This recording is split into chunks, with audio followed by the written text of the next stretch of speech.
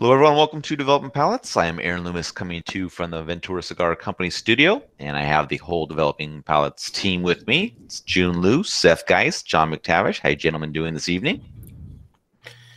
Oh, Monday, corporate world, it's fantastic. Yeah. How about you, John and Seth? Doing well, man. Doing well. I got a 4-year-old 1050, man. How could it be bad? Yep. Infected.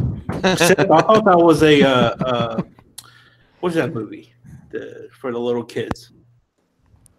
Which one? That narrows it down. Thank you for that. Oh, Harry Potter. That was on Harry Potter. Oh, for the Harry yeah. Potter scarf. Oh, the camera got on you. Little AS Roma, love. Little AS Roma. There you go. Looks good, buddy. So today we are doing the 2018 Cigar Media Recap, where we kind of go through the 2018 cigar year and talk about the good and the bad. So we invited a couple guests to join us to chat about that. So first we have Will Cooper from Cigar-Coop. How you doing tonight, Will? Hey guys, what's going on? Glad to have you here. And Thank then you. we have Charlie from Half Wheel. How you doing, Charlie? Another day in front of a live video camera, so There you can't go. wait for tomorrow. You're getting really good at it now, so it's a lot of practice. So. I don't know about that. All right, guys. So 2018's wrapped up. Charlie, you just wrapped up the consensus today. That's kind of what I guess what we could call the closing of the 2018 cigar year. And call it quits. So kind of want to recap some of the the highs and lows of the year, and I wanted to start off talking about some cigars. So I wanted to chat with everyone about surprises. So we could talk about cigars, or we could talk about brands that were surprises. So these would be kind of on the positive side. Maybe a cigar that you had an expectation for that kind of exceeded that, or one that you may not have really thought about at all, and then it kind of just came out of nowhere and really surprised you. So if there's any of those that you guys want to chat about, we can start that off, or I can start it off however you guys like to do it. So anybody you want to kick that off? I'll jump in with the low-hanging fruit. The Hoya Silver, which, it's not that Hoya makes bad cigars. I think Hoya makes really good cigars. But the Hoya Silver exceeded my expectations by a significant margin. I enjoyed the Hoya Black.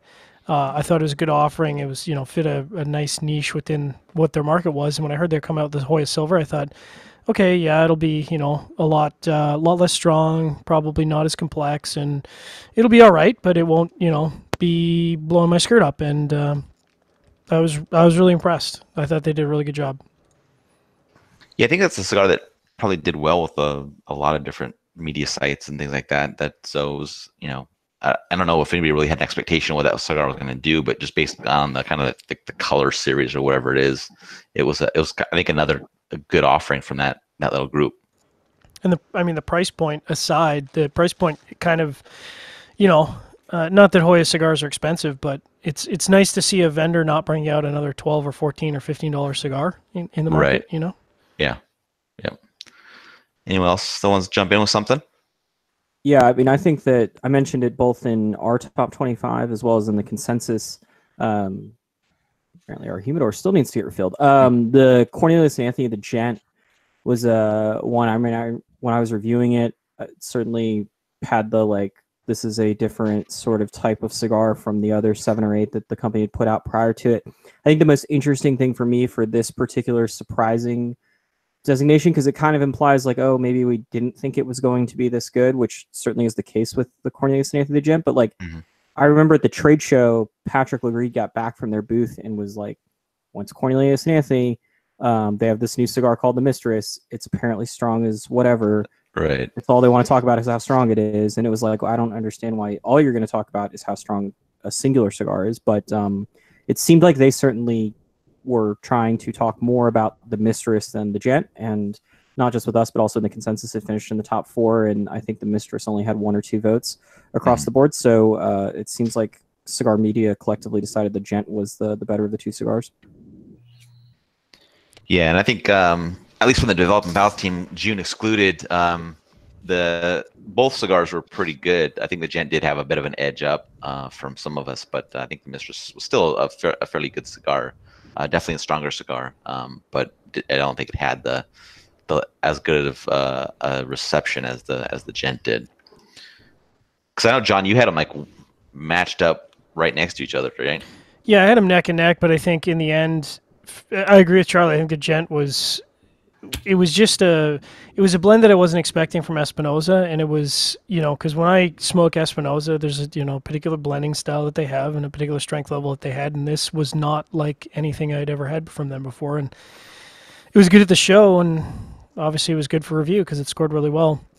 But you said something interesting on the consensus, Charlie, and I want to call back to it because I think you got you were talking about how in past years AJ has kind of been giving away his best stuff to other people that are with him, and I almost wonder there's got to be a little bit of that this year with Espinosa where some of the cigars that they're making for other people are scoring higher than the sort of premium blends that they're putting out for this year. Yeah, I think that probably has to do with I don't know. It has to do with a number of things, I'm sure, as it always does.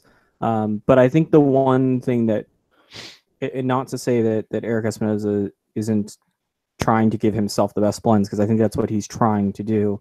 But sometimes having a second cook in the kitchen might be better than just a singular one. And so, and it also might be geared towards more towards the 45, 50 people of cigar media that happen to be the ones that rate cigars, and it also might have to do with what Espinosa is trying to do.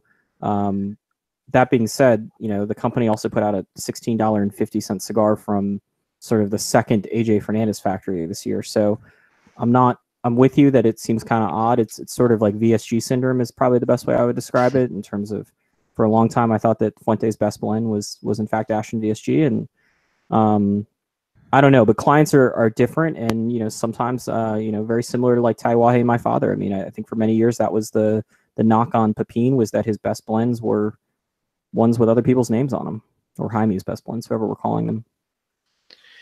Yeah, and another cigar that kind of jumped up for me this year was the San Pedro de Macorís Ecuador cigar. Another kind of lower price cigar, but it did produce, I think, an enjoyable experience. A decent amount above the price point. So I wasn't really sure what to expect from that cigar, coming from Royal Agio, but it seemed to be, it seemed for me to kind of just jump up a little bit more than what I was expecting to get from that cigar. Seth, that was another one that you kind of enjoyed, right?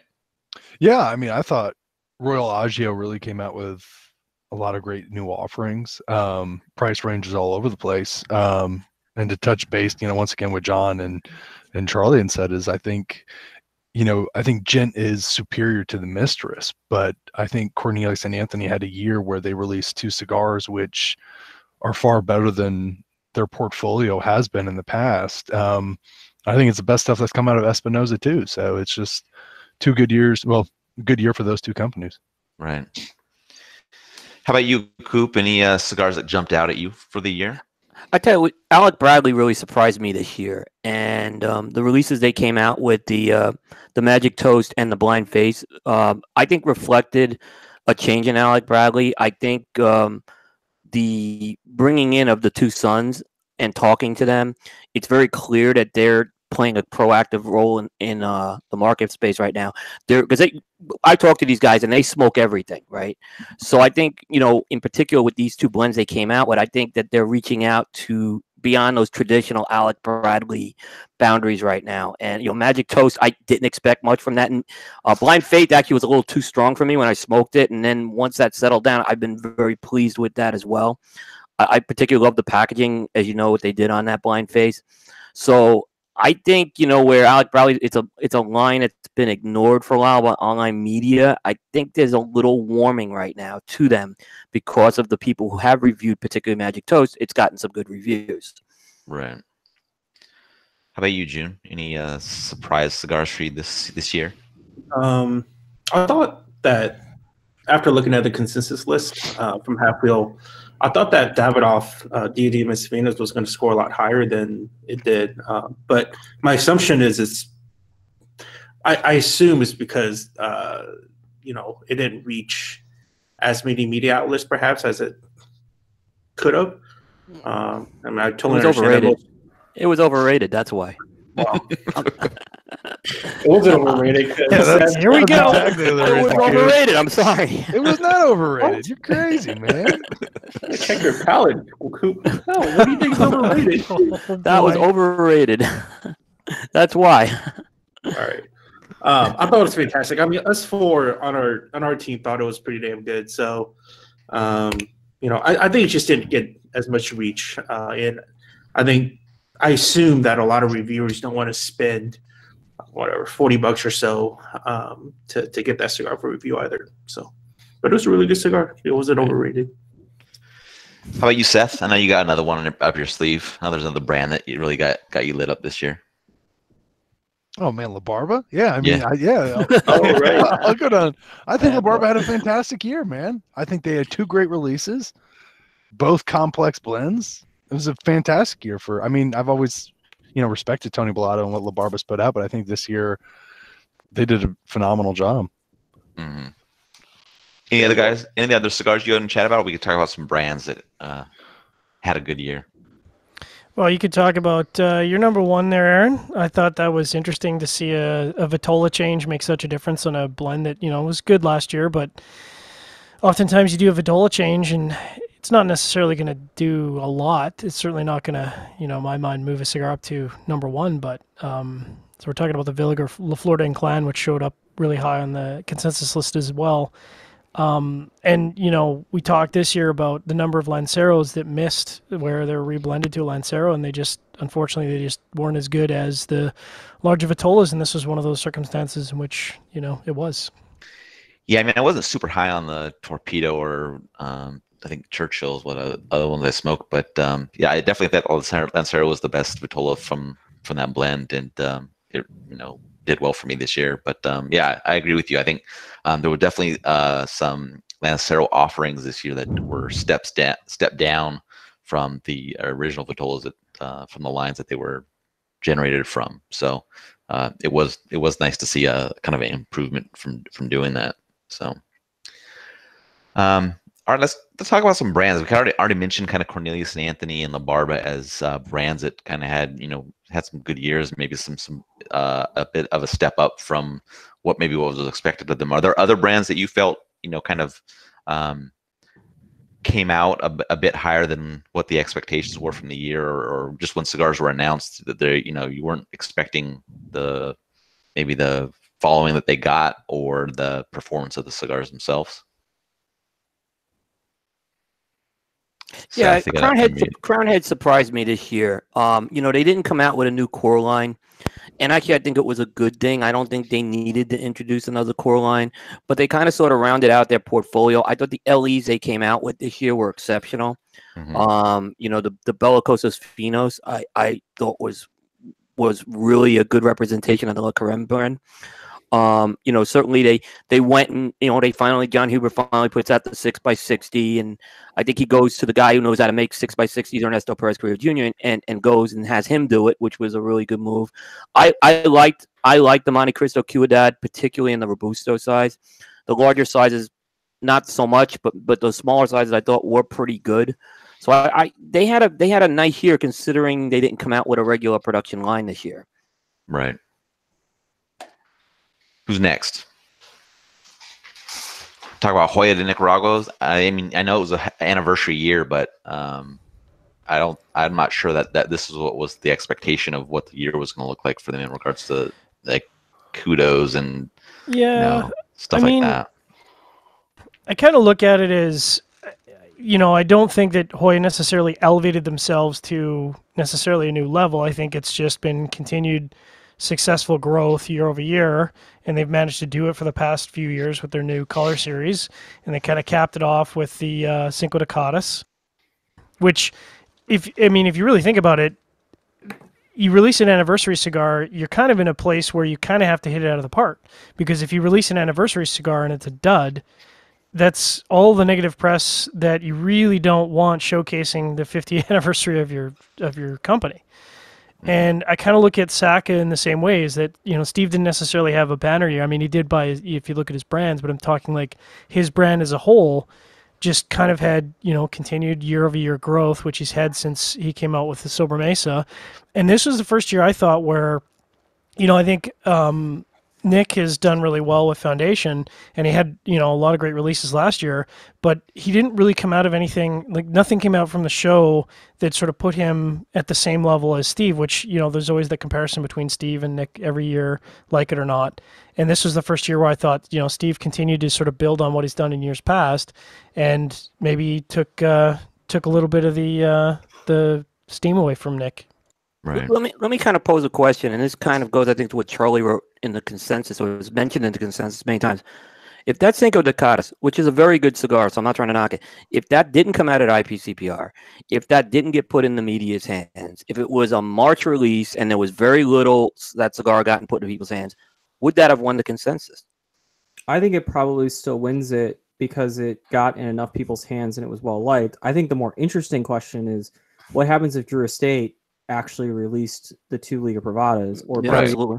if they release just 10 Aniversario, if H99 stays for 2019 or effectively stays, do people, we obviously at Half Wheel have a much different approach, and it seems like the other 2 sites that are here as well, but I know for a fact that like some people are like, no, we're only going to have one release, from whoever.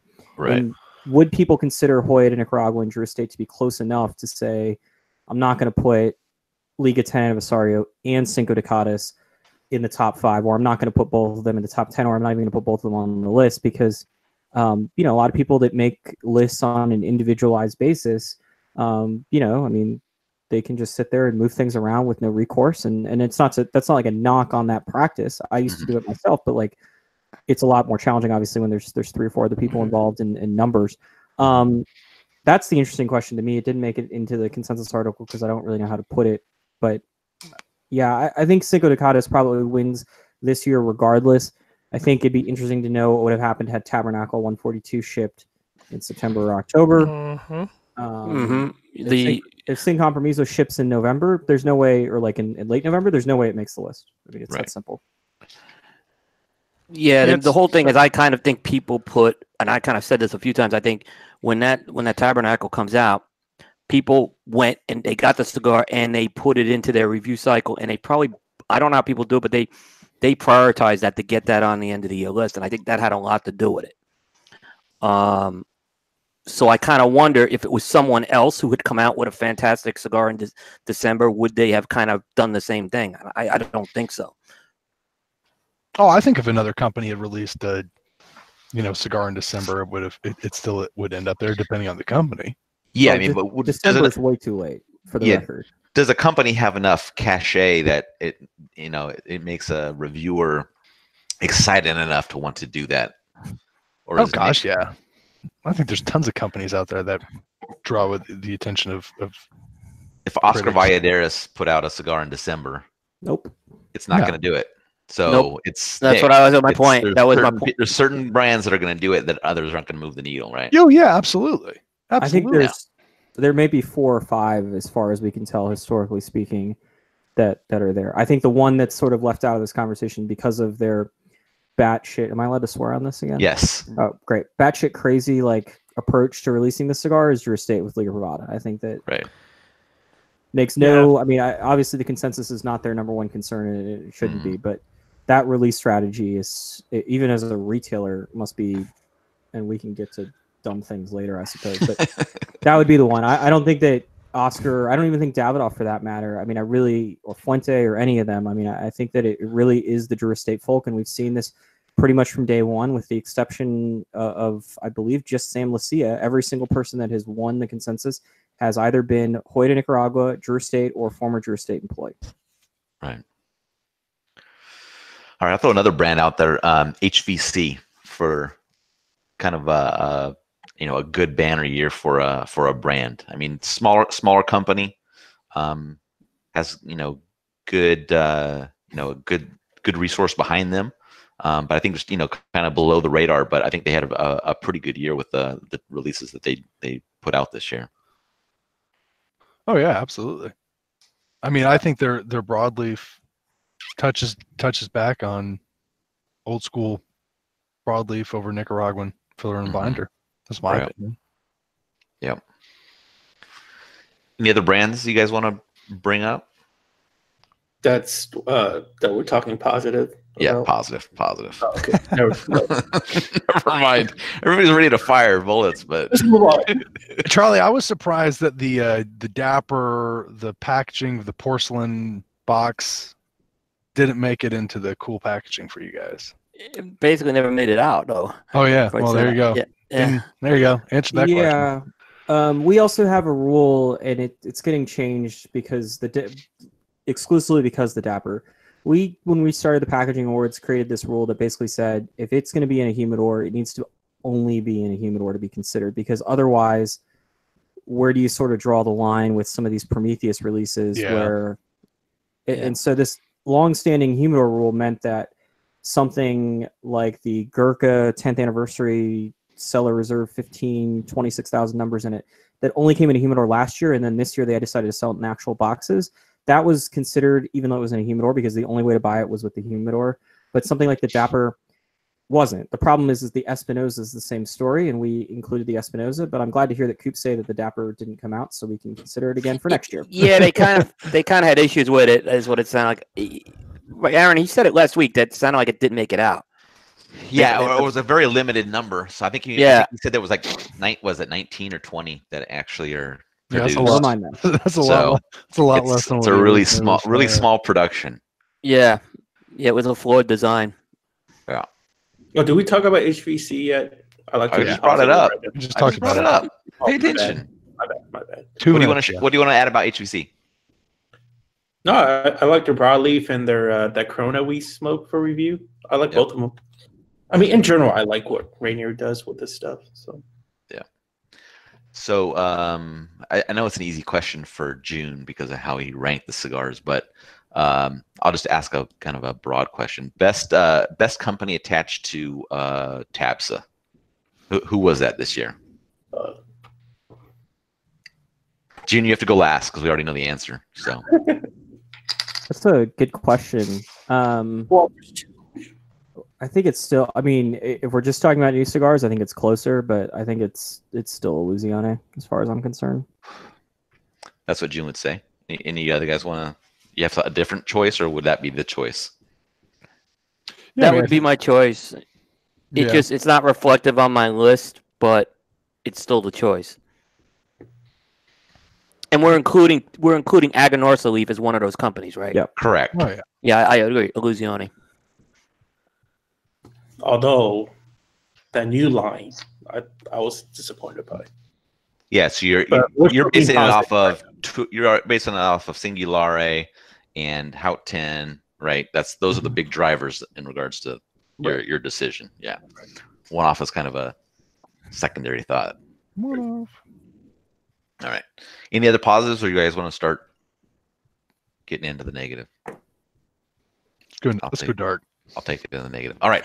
So disappointments. This could be cigars. This could be cigar brands. This could be anything cigar related that you thought was, just didn't perform the way it should have performed. Made a bad decision. Did something stupid. Whatever it is. I'll start. You guys want to start? Yeah. Go ahead. Yeah, General completely crashed and burned this year. Where I thought, like in 2017, they were starting to turn a little corner. They had definitely gone into a good segment of the market around that $10 and under price point. They seemed like they were getting better with brand delineation, and then they just basically threw everything at the wall that would stick this year at the trade show, and nothing stuck.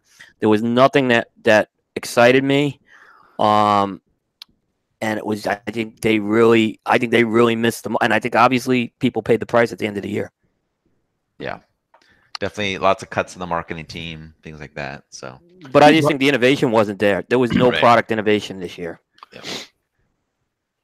I think Rocky Patel had a bad one, not just with Hamlets, but you bring back Old World Reserve, which, I mean, for those of us who smoked years ago, kind of remembered what the Old World Reserve was. I'm not saying it's a phenomenal cigar, but when I speak to retailers who were big Rocky Patel accounts and they don't want to bring in Old World Reserve because the cigars, they don't like the cigars. It's just I think Rocky had a bad year. Yeah. I'll go one step further and just anger all the advertisers. I kind of thought across the board a lot of the larger companies just had a really off year, and you know, it's not specifically this year, but when you look at last year and you look at how many of the Gurkhas, of the General Cigar, of the Rockies that made lists last year, and they're completely absent across the board this year. And you know, yeah, there's obviously a lot going on when you talk about lists, but I can't say I smoked a cigar from any of the major manufacturers that did anything for me whatsoever. So, you know, across the board, I kind of felt like it was just a very, very disappointing year for performance and everything. I think some of that problem, particularly when it comes to Altadas in general, who I think like we talk about, I assume, John, when you say like major manufacturers, that's who that's in reference to. That's exactly what I mean. I'm going to say it just so it falls on me. Altadas and General Cigar Companies. Yeah, all right. So I think in the case of Altadas, we pulled some of our internal data. I know that you guys obviously did for your article, which is always a fascinating one to look at. And one of the things that stood out to me was just how much, and I was sort of aware in the middle of the year, but just how much Altadas product we were reviewing, because they basically had something every 2.5 to 3 weeks. And not like if you take all of their releases over the course of the year and you put them on a calendar. No, they had more or less, particularly when you include the Vega Finas for the international market, they had a cigar every 2.5 to 3 weeks. And I mean, as far as the consensus is concerned, that's not good. As far as retailers are concerned, that's not good. Certainly as far as cigar reviewers, that's not great. Like it's too much. General, I think, had probably about what they normally have in any given year, but their successes have been largely exclusive to CAO, which did not do an Amazon Trio-esque cigar this year. Right. You know, and I think had they given the Cohiba Spectre out to every single cigar media person, they probably could have made it on the consensus, but they didn't. So it's neither here nor there. You know what was interesting though? Drew Estate I thought had a great IPCPR, but in the end, because I think some of the products didn't make, you know, the flagship products didn't make it, you know, to enough. I think they kind of ultimately missed. Right. You know, all the good that they did at the trade show. The Herrera Esteli stuff came out very late, and obviously the two new Liga Privadas, very, despite the fact I've seen a lot of reviews of those things. You know, I won't go there, but no, I mean, in serious, I think in the end the execution wasn't there. You know, they showed stuff, great trade show, but execution at the end wasn't there. You're stealing all my notes, Coop, because so far you've hit almost word for word what I put down. And you know, we talk about. No, go ahead. And so we talk about sort of brands courting online media. I don't think any company coming out of the IPCPR was in a better position in terms of relationships with online media than Drew Estate, because to me they had one of the best. Not to completely interrupt you, but is that any different than going into IPCPR or leaving the prior IPCPR? Or I mean, there's one thing to go into IPCPR 2009. and you know you've got your Drew Estate love child, but I mean they really poured it on this year with the media kits, with the all the Liga Privadas in the exclusive box, with all the accessories, with the media party. I mean that was like. You know, that was well beyond what Drew Estate has done in previous years by probably a factor of 100%. And you know, I look at that and I go, what made the consensus list? A new Vitola for Liga Privada. Okay, I mean that's probably not what you wanted to come out of that show. I don't actually know. I have to go back and look, but I'm not sure. Like, if you remove all of the old Liga 252 votes, it doesn't make the list. Like somebody had the T52 Parejo as like a top 3 cigar, which came out in 2009. But yeah, you know, yeah, because the Corona Viva only came out the end of November. Yeah, I actually think I go a different route with Drew Estate. I think they actually, like, certainly I agree with you, Coop, that they like missed the mark. I agree with John's thought that they like should have been able to do better with this. But as far as the consensus is concerned, I think even as far as retailers are concerned, it was too much, and it was all at once. Why do you need to add, 6 core sizes of Liga Privada? Why did they, and then redo all of Herrera Esteli, which I understand some of the aspect there, and then not only do Liga 10 Aniversario, but then throw H99 on top of it? Like, why not save? I know they have a ton of FTA, sort of in the pipeline Liga Privada brands, but it just seems like it was way too much. And then you're doing it at the same time, and I mentioned this at IPCPR, at the same time that Hoya is supposed to be having this banner, milestone year that no other Nicaraguan cigar company can lay claim to. Like I felt bad for Brooks trying to cover the Drew State booth. I mean, as I do pretty much every year, but like it just was too much, and there was no reason for it. That was the other part. It's not even like it's the 10th anniversary of League of Barada, and that'll be the only time that I mention that. I've said it enough. But all right, other brands or anything that's a disappointment for the year. I'll say, Well, go ahead, Coop. Go ahead, Charlie. You can go ahead. Just off the consensus, I'll just throw these 4 things out here. I would say one-off would have been one if you had said what's going to definitely make the consensus. One-off probably would have been on my guessing game. It didn't make it. It probably would have made it had plus 53 and the regular one-off been a singular thing. Right. But even still, we've seen brands be able to survive even without that delineation, and it's not like it would have placed in the top 10, top 5 for that matter. There are 3 companies I believe that got no points on the consensus that are probably worth talking about. Fratello was one that seemingly should have. I'm not 100% sure actually now that I think about that, but I can check really quick. But I want to say that there was there was a singular vote for Fratello, or less than a full top 25 cigar. Okay. So scratch that. Nomad definitely got 0 votes, and I think we can have a conversation about that.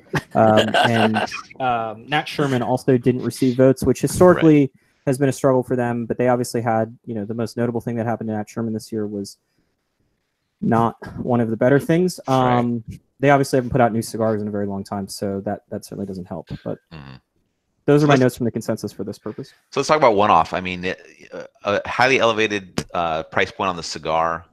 I think at least my opinion was definitely not worth the money. Plus 53 was definitely the better offering, but it had an even more inflated price point. Is that kind of, when you hear the announcement this cigar is coming back and it's Dion behind it, is what came out and the price point, was that a shock, or what did you guys think about that as a whole? I personally have high expectations every time Dion releases something, especially within the core new line, just because I think he's such a talented cigar maker across all his brands, so within all his lines. But it's just, I don't know, like we smoked for review the Corona. I've also had the Pyramid and then that plus 53 size. I just felt like, in a way, it was rushed on some of the samples. I felt like it just wasn't ready. It wasn't prime time. And then the 53, I almost kind of treated it as like, so like when I buy Cuban cigars, right, even if it's a fresh box, if I smoke it, I think, okay, I think this has potential, right? So I liked it in a way because I felt like it had a lot of potential to it.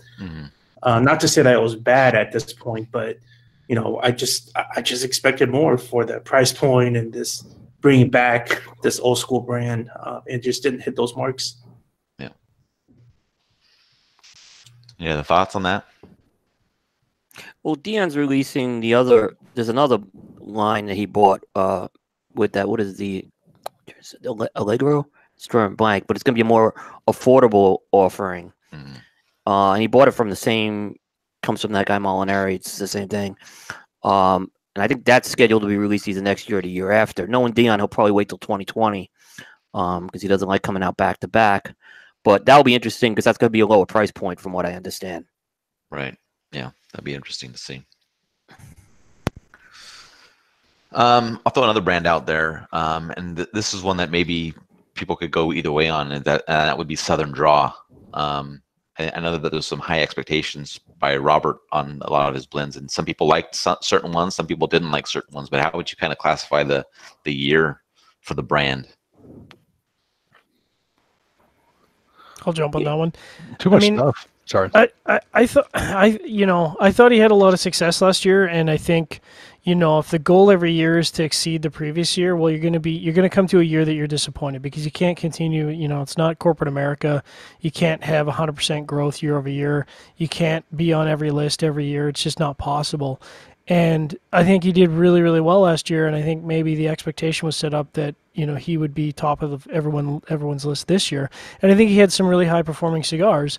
But unfortunately, across the consensus, Cedrus was number 3? Yes. Number 3, which, that's pretty good. But it wasn't number 3 on everybody's list. And I think perhaps Robert was expecting it to be, not just the consensus, but actually everyone's online list. And it didn't work out that way. And I don't think that's necessarily a bad thing. I think it just means that maybe that particular blend of cigar just doesn't hit everyone's palate the same way, and that's okay. Right. Any other thoughts on Southern Draw? I've seen some of Robert's comments. He had a good year. I don't know what he's upset about. I mean, I'm being honest with you. I've seen these comments like we missed the mark and stuff like that. You got number 3 in the consensus. Those cigars did very well in a lot of retail. I can tell you from my son's store, those cigars all did very well, right? I'm not understanding if he's got these illusions like he was going to run away with everyone's list this year.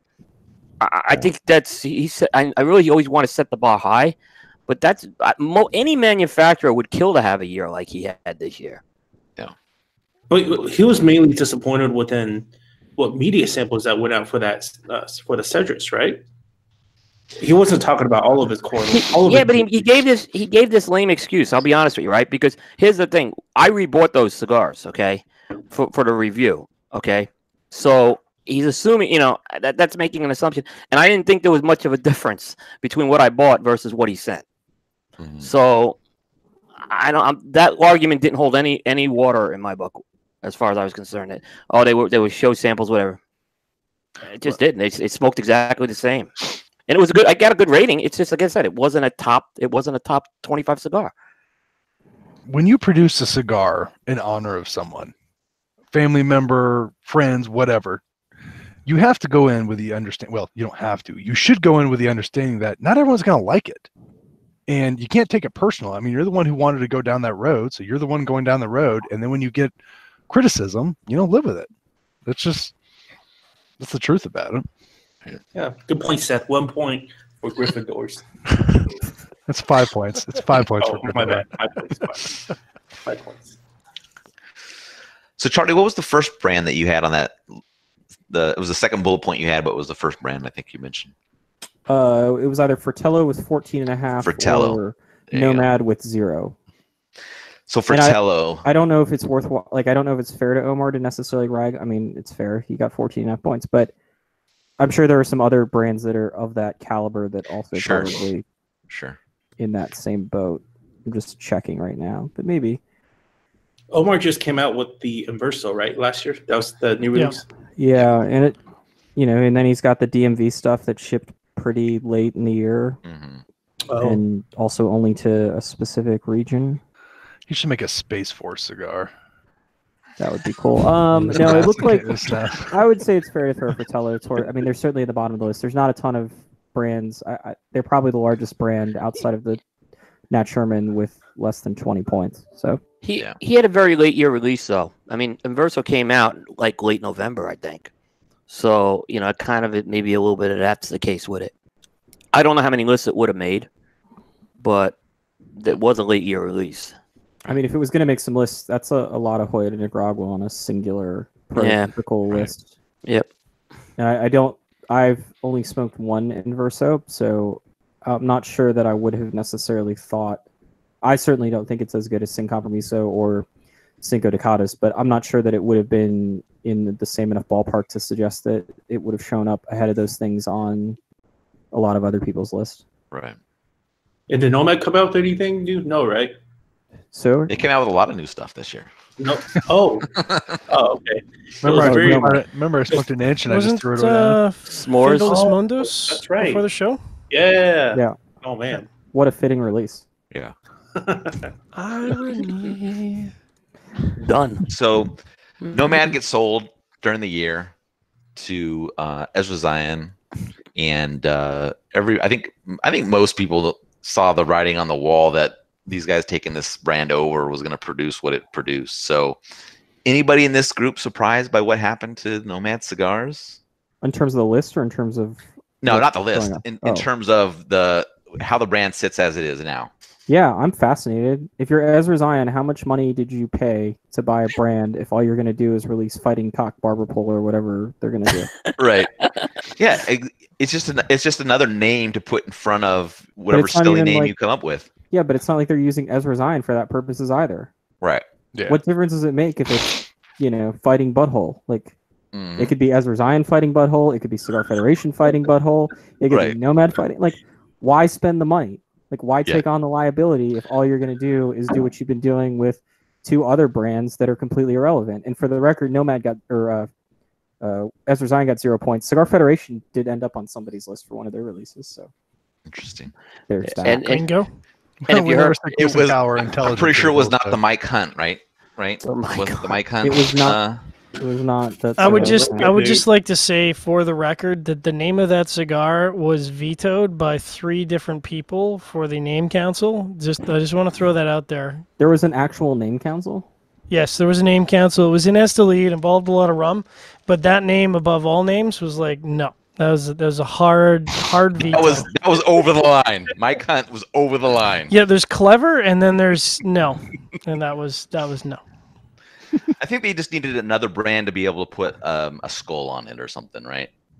I mean, if they were buying Nomad to get into the brick and mortars, right? Maybe I understand some of the logic to this move, right?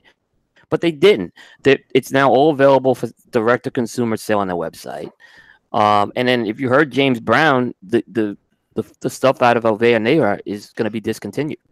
So I don't know if they're going to make it somewhere else or if they're just going to go away. But those cigars, they know, are just going to go away. Yeah, but not even that makes sense, because if they wanted to sell cigars to retailers, it's not like Ezra Zion. Like, the reason why they're not selling cigars to brick and mortar retailers is because they got banned from brick and mortar retailers. They made a conscious choice to not sell to brick and mortar retailers. So why do you need to have like what's it like? Hey, it's your friends Chris and Kyle. From like 5 years ago when we used to visit shops and sell cigars directly to you guys, and now we don't do that. Well, we bought this other brand that you might have some issues with as well, because why not? And we're gonna run that one for you. We're gonna sell direct. Like, what's the end game there? Like, I understand that things don't have to make sense, but that's just money that you're spending. Like, it doesn't have anything to do with why they aren't selling to brick and mortar retailers. Right. Unless there's something. Yeah, that's a fair point. That's a good point.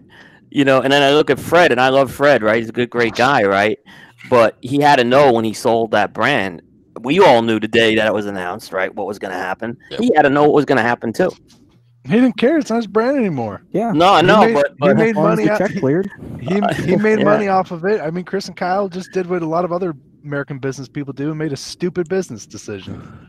Yeah, he was a lime. He didn't want to be a lemon, Yeah. We should stop now. That was the best line we're gonna have. Moving on. What other disappointments this year? I know Charlie brought up the Altria thing and Nat Sherman. We want to get into that at all? John, I think we did enough rounds on that. Okay. I think there was enough calls for people's press passes to be revoked that I think that that ground's been covered enough. You're welcome. John, do you want to mention Davidoff, or should I? Like the things already. Tell me about Davidoff. What's going on, man? I mean, I can. So I just want to throw out there, because I had a number of people that said, "Oh, you got Davidoff as number 1. That figures," and I'm like, what are you talking about? Like, I don't know that there's anyone in online media that was more critical of Davidoff than I was. So the fact that Davidoff came number 1 on my cigar list, which has never happened like in the history of ever, I think that probably speaks a lot to the quality of the cigar. If I'm being negative about the brand or calling them out on media before, during, and after the IPCPR, and I have a mixed thing about Davidoff this year. I don't think they had a bad year, right? But I guess there was so many re-releases, right? And that was really, for the most part, what they did. I think Avo did very well with their re-releases, obviously. I think Camacho really had a bad year, though. I mean, look at Camacho. There was just no buzz around that brand this year. But even the Davidoff, they went into the trade show with the Dia de Espina. Very good cigar in everyone else's mind, right? And I'll accept that. But there was nothing new that they brought into that show to showcase for their 50th anniversary that wasn't sold out already. So I was a little kind of confused. No, there were with some that. Lighters. What was that? Those lighters were still for their 50th Yeah. anniversary. Balloon lighter, man. The balloon lighter, yes. there was the lacquer pen. No, The one that you lit on fire? No, there's the 50th anniversary humidor, Yeah. which no one has bought, so that's still for sale.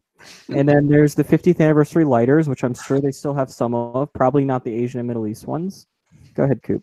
No, no, I just no, wanted to correct record. no, you correct me. That was a good point.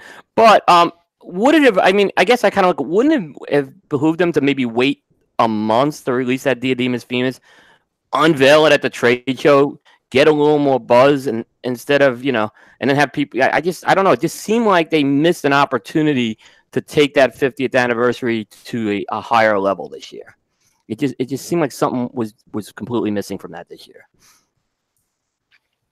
Well, they sold out of the initial release of it, and they had. But then there was nothing at the but no cigars is what I'm saying at the show with the Davidoff brand where they didn't even display the new Chef's Edition. No, so they did. I guess it seemed like maybe I'm judging it a lot on IPCPR, but the IPCPR was disappointing to me. And that's what I'd say is you got to stop judging off of IPCPR and look at how but they. Camacho had a miss this year, wouldn't you say? This was a miss year. Yeah. Oh yeah. Compared to the a few years ago.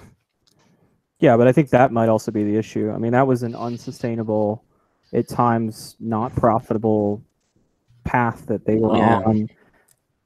I think it, in many ways, achieved what they wanted, which was that 10 years ago, if we were having this conversation, Davidoff would be as much of an afterthought as any company in this sort of larger space. And now they're not, and they haven't been for many years.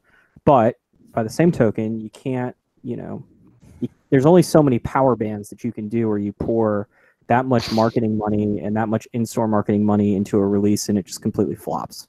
Yeah. And now you got to sell them at whatever they're selling them for, $2 or $3 a piece and barely making any money. That's true. I like that cigar too. Yeah, that's true. Get them at some low prices. There you go. Cusano had a bad year, man. I'll throw another brand out there. La Polina. Is there just no traction going on, or are they just kind of like under the radar doing well? And I'm gonna throw it out there because it's an NFL term. I feel like this is a rebuilding year. It's a rebuilding year. Mm-hmm. I think there's a point where you realize your team's not going to get to the playoffs and you have to blow everything up. And I think this was maybe the year where they realized they needed to blow things up and kind of do some rebuilding. So has the blow up happened yet? I think it's in process. Yeah, I think it's in process. With the fact that with the stuff moving out of PDR, I think we were at the IPCPR bill. It sounded like realized number series failed.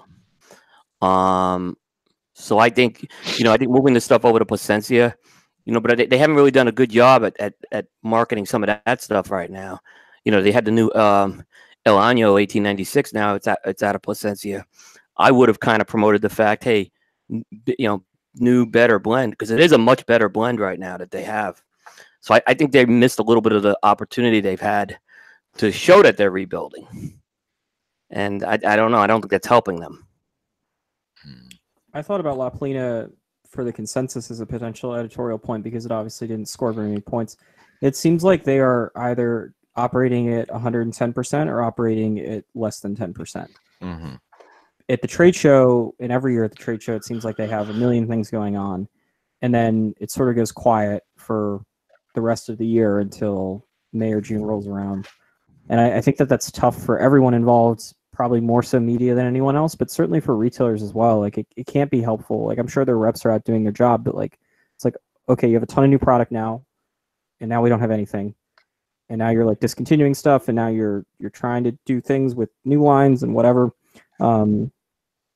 The Goldie sort of came out, and at some point the Goldie's going to no longer be a special cigar for people or for a lot of people because there's been so many of them. But I mean, this was as little fanfare as possible for the Goldie, and certainly, I mean, there was a time in which people would write articles about the second shipment of La Polina Goldie shipping, and consumers would get excited. People would click on those articles, and now I don't even think they announced that Goldie was shipping. It just sort of appeared on shelves, and somebody tracked them down to make sure that was the case. Right. Well, the fact that they said they were sold out of all the Goldies at the IPCPR, and then my retailer who wasn't at IPCPR got them, so it's like, how are you sold out? So there's different definitions of that word, Seth. Oh, I know.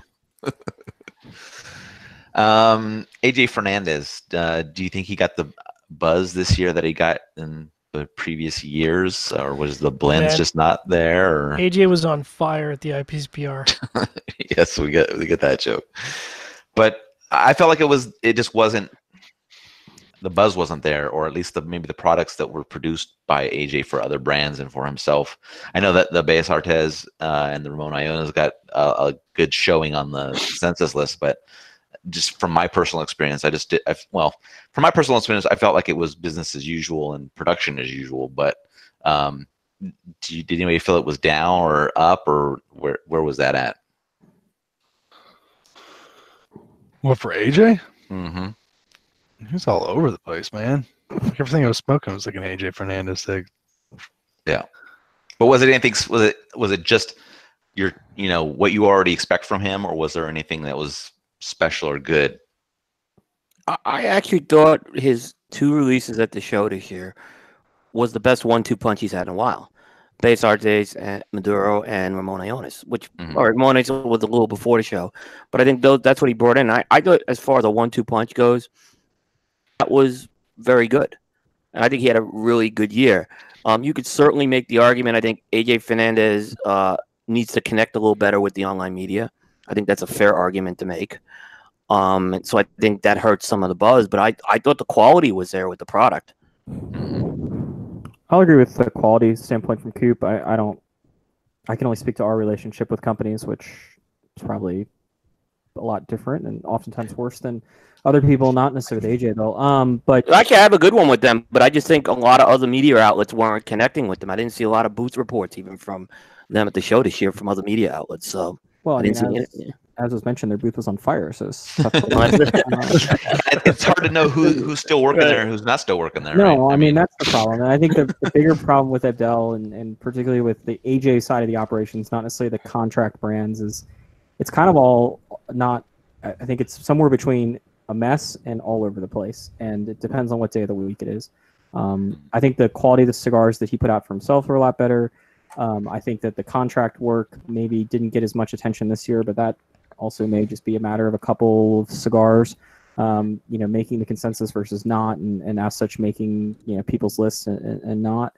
But the company is still, you still kind of I still don't know exactly what the end game is for that company. It seems very challenging to see a world in which he's making cigars for this many other people, and you can still have an AJ Fernandez sales force on a national level going out and having these reps, be productive with their days. Yeah. I have one more to add before we move on. That I think. Yeah, you mentioned a retailer something going on, so I wanted to make sure that you got that chance to fire away there if you want to, or something like that. I don't know about a retailer, but okay. Casada, I think, deserves to have some discussion about their year. Wait, who? Casada. Oh, okay.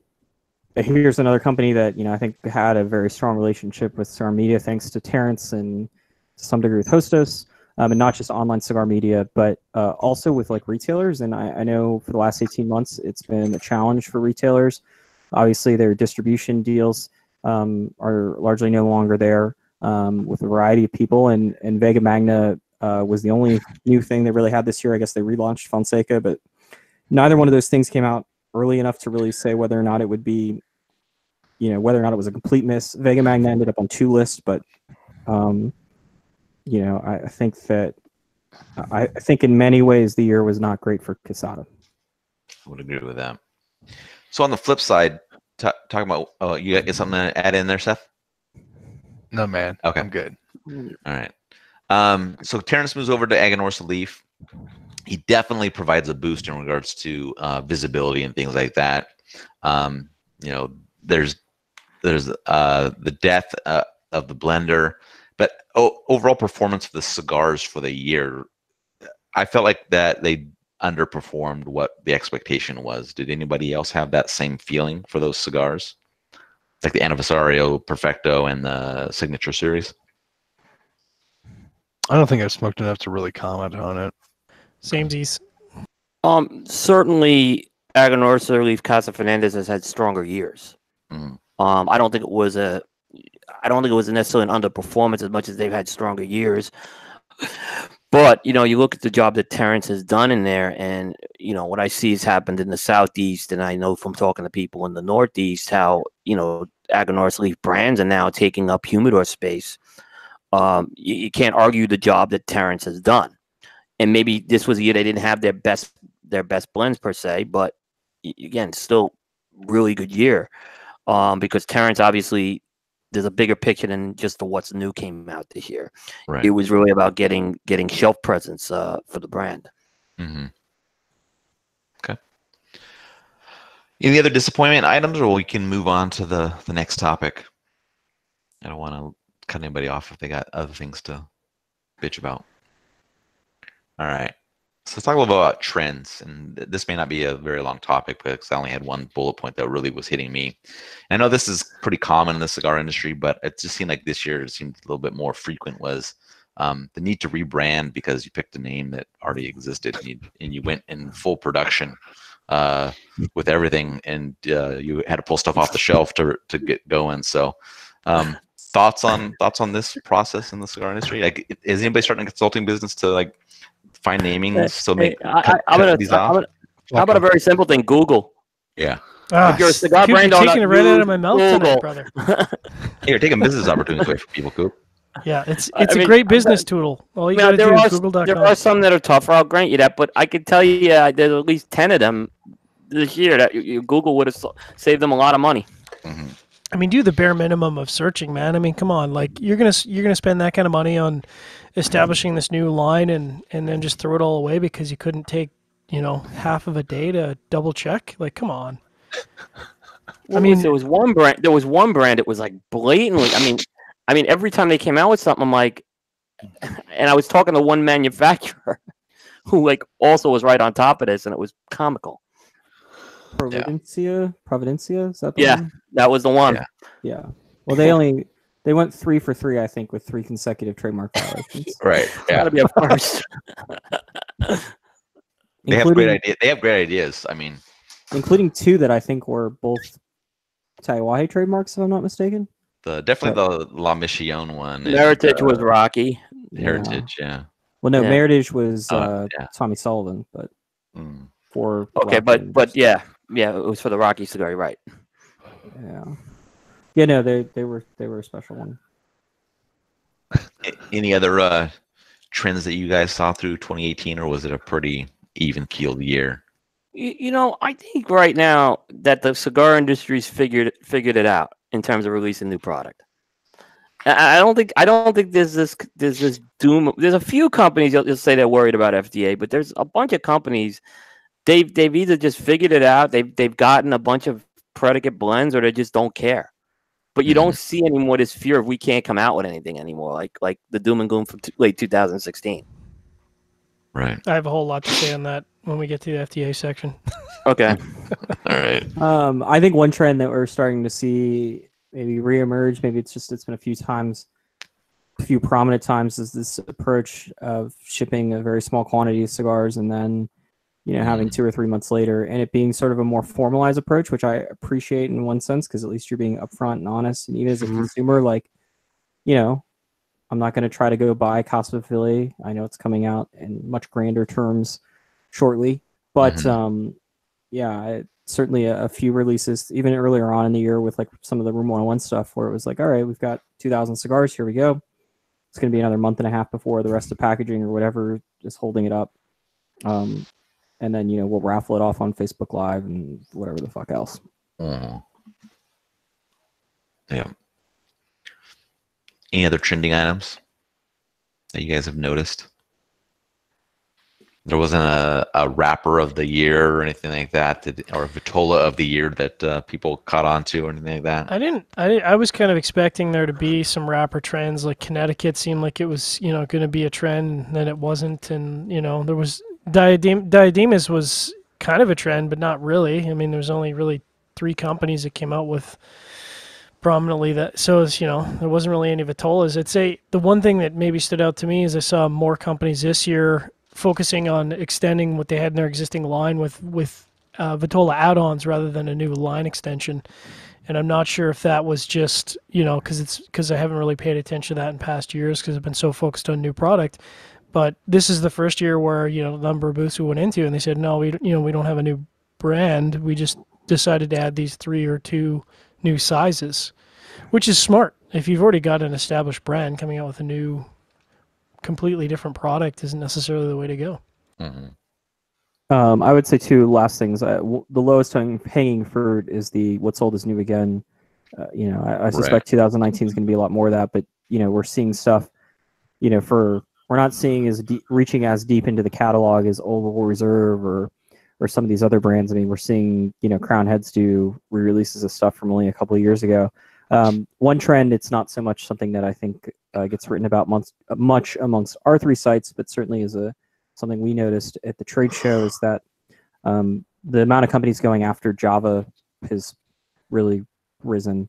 Right. The amount of cheap coffee flavored cigars, it's very clear that people have identified that as something that can be attacked and can be exploited. And I don't know how well any of them are particularly doing, but you know, I'm sure that we're going to see more of that, even with FDA.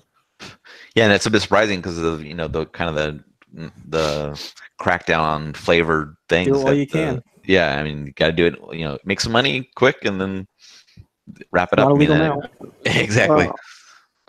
Well, we could say too, lost and found model continues to be out there. I mean, you even said Davidoff went to that approach with the Vault series. Right. You know, now Cubaraqueño is doing it. Everyone's doing it now. I don't see that slowing down this year either. Quick buck. Yeah, it's a way to get a bunch of test blends that you rolled 1,000 cigars or whatever it is from. There's obviously a market for it. Yeah. Or better yet, it's a bunch of stuff that you just have sitting around your warehouse that you can't sell for what it's supposed to be. Yeah, exactly. They ain't test blends. Yep. Yeah, you just create a 3 seconds. Whoopsies. Create a fan club and just sell it to the fan club. Personal blend. Personal blend. Yeah. This is what I smoke. All right. So the next topic I have is just kind of labeled as interesting industry items. And these, I think a couple of these are ones that John threw in here. So you can jump in, John, and fire away on these. Anyone notice any that, you know, companies may be shifting their attention away from online media or just kind of getting worse at marketing overall? Maybe focusing more on the print media side or just falling off on outreach altogether? Nomad's gotten terrible.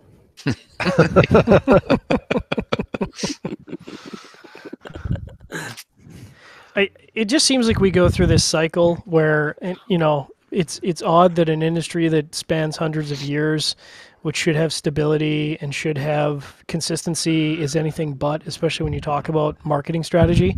And you talk about, because you guys were talking about Casada earlier, and it's a perfect example of where in 1 year the entire portfolio, the entire brand has shifted like dramatically. A good example you mentioned on the Consensus show, Charlie, was Villiger. I mean, Villiger went from, you know, arguably a brand that was potentially not going to be able to be sold on the American market because they just mishandled things so badly. And now, I mean, they're on everyone's online media lists for cigar reviews. I mean, they were on the Consensus 2 years in a row. So it's interesting to me that, you know, you could roll the dice from year to year. It depends who you have on your staff. It depends on who they're trying to court that year. It just seems inconsistent across the board to me. So I mean, this is a terrible year to be a cigar marketing VP. As far as statistics go, I guess it can extend a little bit into last year, but if we run down the lists, Altadis, General, Drew Estate, Davidoff, Rocky Patel. Drew Estate. Yeah, I got Drew Estate in there. Anyone? I mean, JT Newman. JC Newman. Yeah, that was the Gurkha, one that extends a little farther back. Gurkha for whatever you want to call it. That was a pretty short period of time. But all of them have had at least one, you know, what would be the equivalent of a C-suite level marketing executive leave, and all within the last 18 months, and most of them not on their own terms.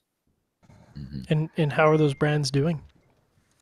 I mean, I think Altadis, General, JC Newman, and Davidoff probably are not doing any, and Rocky's obviously a little early to tell. I mean, I don't know if any of them really have that. Certainly with Altadis, because it was a full staff, and we don't know the effects of General, we don't know the effects of Rocky, but you know, I think Altadis maybe got better, maybe got worse. I think they still have some things to clean up. But I don't know. I mean, you can't. It's not like the Gasato where you just go. You know, these guys went from being not only talked about but also being in stores to why is there no Casa Magnas on the shelf? Yeah, I look Although at that kind one's, of. Sorry, go ahead. That one's not because people are not wanting to buy Casa Magna. That's because they had some challenges shipping it for whatever reason.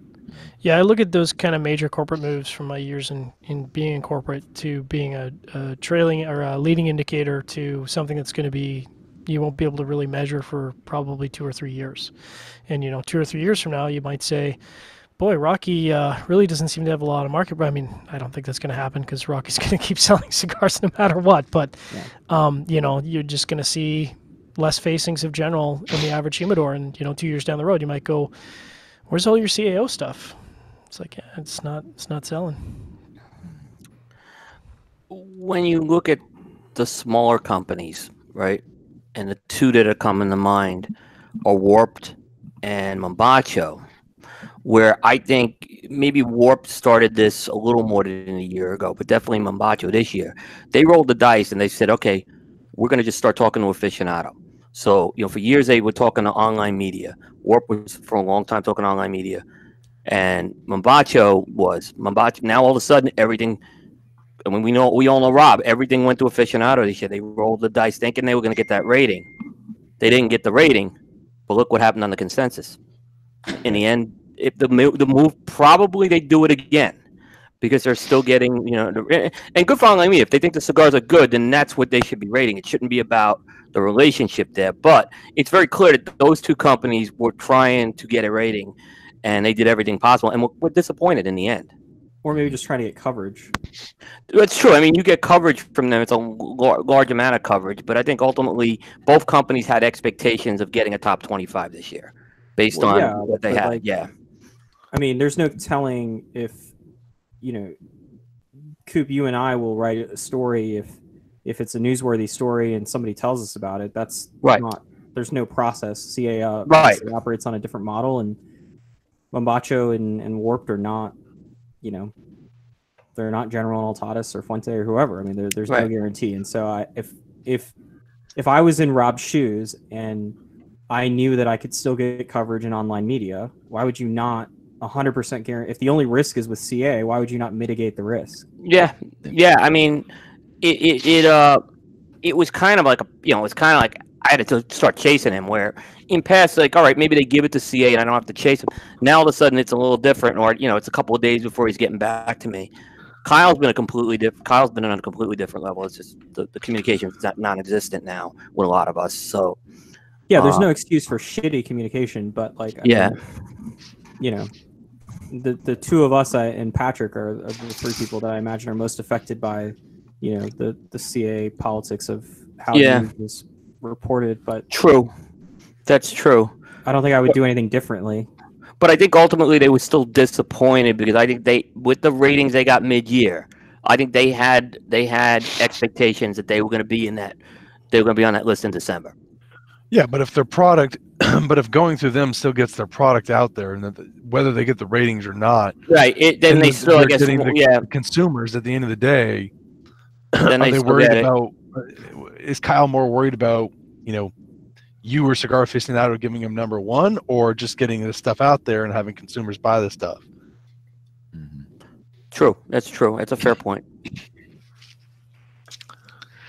All right. Next item. Is the collective cigar media providing better, the same, or less quality coverage year over year? Well, it improved there for a while when I was gone. Now it's gone back to shit. -5 for Gryffindor. I'm gonna let you guys talk first. So, John, maybe you want to. I know this is one of your other bullet points, so maybe you can give some little background on your thoughts here. Yeah, I mean, this is the time of year where everyone's putting out their top 25 lists, and you see manufacturers and B&M owners and various people chirping on Facebook, weighing in their 2 cents. And that's fine. Everyone's entitled to an opinion. And I thought it was a good discussion point to say, from the online media perspective, internally looking, reflecting on our own, do we feel that the online media, the collective online media as a whole, and we're measured warts and all, are we providing better coverage, the same coverage, or worse coverage? My take on this is that, and Charlie, I think you touched on this in the consensus. I think that there's been a stark drop off in the number of online media sites that are out there. There's been a ton of online media dropping last year and this year. Actually, this year being 2018. I'm not in 2019 yet. But I would look at the core of the coverage, which, quite frankly, is you and Coop. And I would say that the coverage has stayed the same. That is, you're still providing the same level of coverage. There hasn't been any new upstart company that's all of a sudden providing, stark insights into the industry that's everyone's referring to. So, on the whole, I look at that and I say things have really stayed the same. And I don't really look at it and say there's a bunch of new online media sites and it's ruining it for everybody. Except for the fanboys. But the fanboys, sorry. Go ahead. But the fanboys have always been there. I mean, that's reviewers. Yeah, but that's always been there. I mean, you go back, really? And Charlie touched on it. You go back 3 or 4 years, and everyone was like Drew Estate, like this is the cycle. And if you went back 10 years, you'd probably find the same thing, and it'd probably be Todd Tawahe, and everyone would be like Pete. Yeah. I remember this Canadian guy on one of the websites. I forget which one, review sites. That was all about Drew Estate. All about Drew Estate. Yeah. Fuck that guy. Yeah, they're broadcast on Armed Forces Radio. Anyways. I don't know. I think that there's certainly. I think that Half Wheel and Cigar-Coop are continuing to and advance. I think that it's nice to have another website that's putting out editorial content in Developing Palates and editorial content that's not 100% positive, because that we need more of that. What frustrates me is that we don't have the diversity of sites that we once had. We certainly don't have as many. I think the quality at the top is certainly better, and I'd argue the quality at the middle is probably on par, but we're missing some of the more specialized sites. We used to have not just with Brooks and Smoking Stogie, but we used to have Jay at cigarphoto.net, where we had 2 professional photographers providing professional photography of interesting cigars and reviews, and we used to have more localized blogs, and I understand some of that's going to YouTube and Instagram and other mediums that aren't the written WordPress form. There is a new website that I don't think most people in America know about that's nice to see, called Ministry of Cigars, which is a sort of European focused and international focused. It's I believe by Ferdinand, who's a Dutch cigar smoker who has another website or had another website. And so it's nice to see some like hyper local European coverage, as local as that could be, because those sites I think produce. I think that there's enough coverage at the top of the sort of national mainstream, type stories, but to get some more localized stuff, and even to get some people like, hey, I went to a cigar event at my local cigar shop, and here's what I did, sort of like what Walt used to do over at Stogie Review. Right. I missed some of that coverage. I don't know how helpful it was, but as someone that reads about cigars for a living, it was nice. Do you guys follow much of like print media, cigar print media? Like how do you think they've done? I mean, there's certainly more print medias out there than. I mean, I browse through it because I've gotten more access to it, and I just kind of get copies of stuff. And you got Tobacco Business and cigar. Was it tobacco retailer or retailer tobacconist, something like that? So I browse through them. In my opinion, they're advertising delivery systems that just happen to dabble in cigar content. I mean, there's some good interviews and things like that, but they're still packed full of advertising, and that's kind of what you're wading through and stuff like that. But you get them. It's really hard to be kind of on top of the industry I think in a print format like that. Have you seen? I'll come right out and say, Tobacco Business. Their fact checking's atrocious. I mean, look at some of the content they've put out, and it's just wrong. And so I don't think they have the platform certainly to do better. Right. So I haven't seen print media at all take a step forward. And I think online's kind of remained steady. I think, like you said, I think the Half Wheels, the Cigar-Coops, certainly always trying to get better, Developing Palates as well. The podcast world seems to be affected as well. I've seen a few podcasts, but none have really taken off either. But the other thing there's this whole other now retailers. There seems like more retailers are trying to get into the media world. And, disclaimer, I am working with KMA Talk Radio, is run by a retailer. But there are others that I think, like you look at Cigar Advisor, Cigar Authority, very good media delivery systems. But like you said, Aaron, they're advertisements for these stores. Right. Yeah.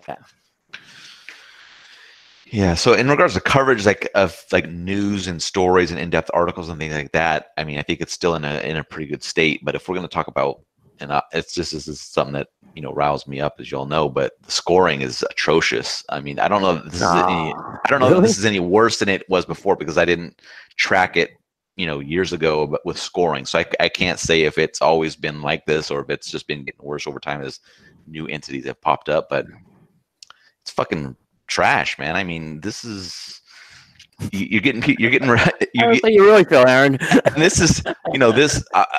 I will say that this leads into what happened to Robert Holt this year. I think he got some really high scores early in the year, and he got some really high expectations, and then they just got fucking dashed when the rest of everybody got through their stuff. And because 97 was still too low to make the top 25 on certain man, people's I don't think I've ever seen this many high scores, and these guys just pump them up like crazy because they think of this. Yeah, I'm not saying that we're the stewards of correct scoring or anything, this group here, but I mean, once one of our sites gets a hold of something, it's a little bit of a correction in expectations, I think, for some of these brands. I haven't taken a back at your list yet, Charlie, but with that Cedric, I'm curious which sites are the ones that reviewed it. Yeah, I don't know what Robert Holt said because I don't go on Facebook other than to look at people commenting on my hair on our Facebook page. So,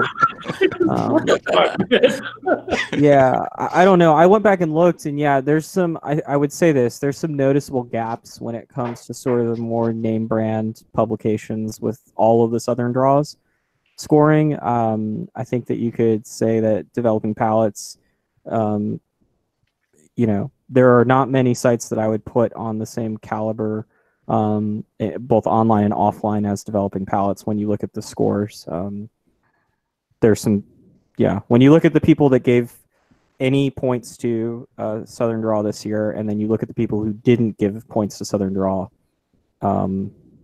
there's an A team and a B team, pretty clearly, with maybe one or two exceptions. So, right. I just wanted to put this on the topic list, Aaron, just to see you get lit up because it entertains me. Yeah, man. Wait till Thursday. People are gonna be really upset with me on Thursday. So yeah, I don't want to go too far into the reviewing stuff because we'll save our Thursday. But I guess the point I kind of wanted to make with this topic was just that I think in general online media does a very, very thorough and professional job of covering the industry, and I think that has been pretty consistent year over year. And I think there's probably a substantial number of people, and these are a lot of the same people that are posting on Facebook, that don't recognize the amount of work and effort it takes to consistently deliver that. Whether you're pulling over on the side of the highway in the Dominican Republic or wherever you might be in the world to deliver that news, that's a serious commitment. So just because it's not a magazine doesn't mean it's not serious journalism. Yeah, I mean, trade show coverage I think is fantastic. Charlie, what you guys do at Half Wheel, what SickFed does with the interviews, what Stogie Review does with the interviews. There's a few other guys that do it, but I think you three guys are the ones that really provide some really solid coverage in regards to like booth content and things like that. Charlie, you guys I know your goal is to hit everybody with the team to be able to make sure that you can provide almost a complete coverage of the thing, and it's probably drives you nuts for a month before and a month after. But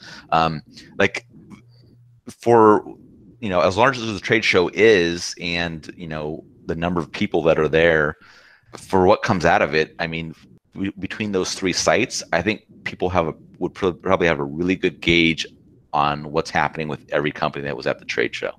I mean, that's pretty good coverage for for I think online media where you guys do it for a living, but some of the other brands are doing it as a hobby kind of thing. So I think with what resources are available, I think there's great coverage for the industry, and the work that goes into it is not appreciated as much as it is. But I think it does provide great coverage, and that's definitely different than 3 or 4 years ago. All right, enough kissing ass. Next topic is something that's really great for Seth and John. I'm gonna lose it. Does the cigar industry need a formal Vitola naming council? Oh, this topic. Oh, Seth, go ahead. Everyone, just put on mute. Just make a Corona or a Lancero. It's just it drives me up the wall. Lancero Especial. Shut up. Husky Lancero. Is it because of is it because of the whole Cuban background that you have? No, it's just come on, man. I think one of my favorite ones this year is the Jazz Some Crawlat, which on the box says it's a Robusto Extra and it's a 7x50 cigar. That's one is just Robusto. Yeah, and then you just keep going. And as long as it's 50 ring, as long as it's 50 ring gauge, you can go as long as you want, as long as it's 50 ring gauge. Yeah, you can stop when you want. You can keep going if you want. You just keep doing it. Yeah, that is fresh. I like that. I'm kind of review a Robusto, and it's only a fucking Churchill. After 5 inches, I'm like, done. Yep. Who was that? Who was that? Aaron? Who did that? Ristave, Jessam Crawl. That stick was called a Robusto Extra. That fucking thing. Yes.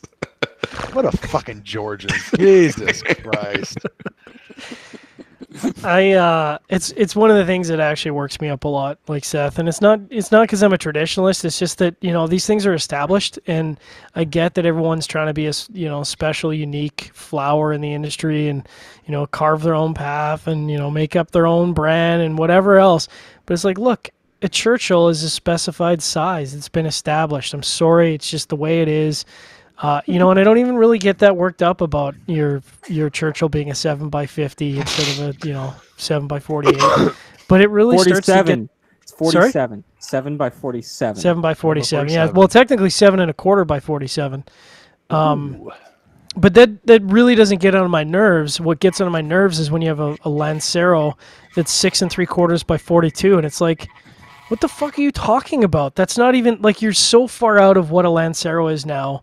That and we've seen, I'd say this year more than, this is why it's on the topic, this year more than any year is the number of releases where it's like, are you smoking crack when you came up with this Vitola name? Because it's not even close. Like you're off on the length and you're off on the ring gauge, and it's not even close.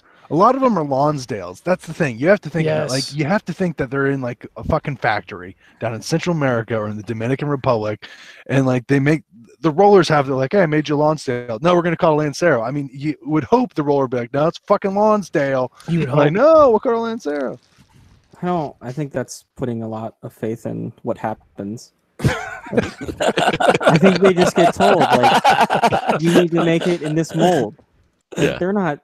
When's the last time you saw a ruler on a rolling table? Yeah. No, they're just given a mold. Like, roll it into this mold. Cut it here. Like, it's not that. There's way too much of that. I will say that I pointed out a couple times throughout the year of like how dumb, not like how wrong, but how dumb some of these names are.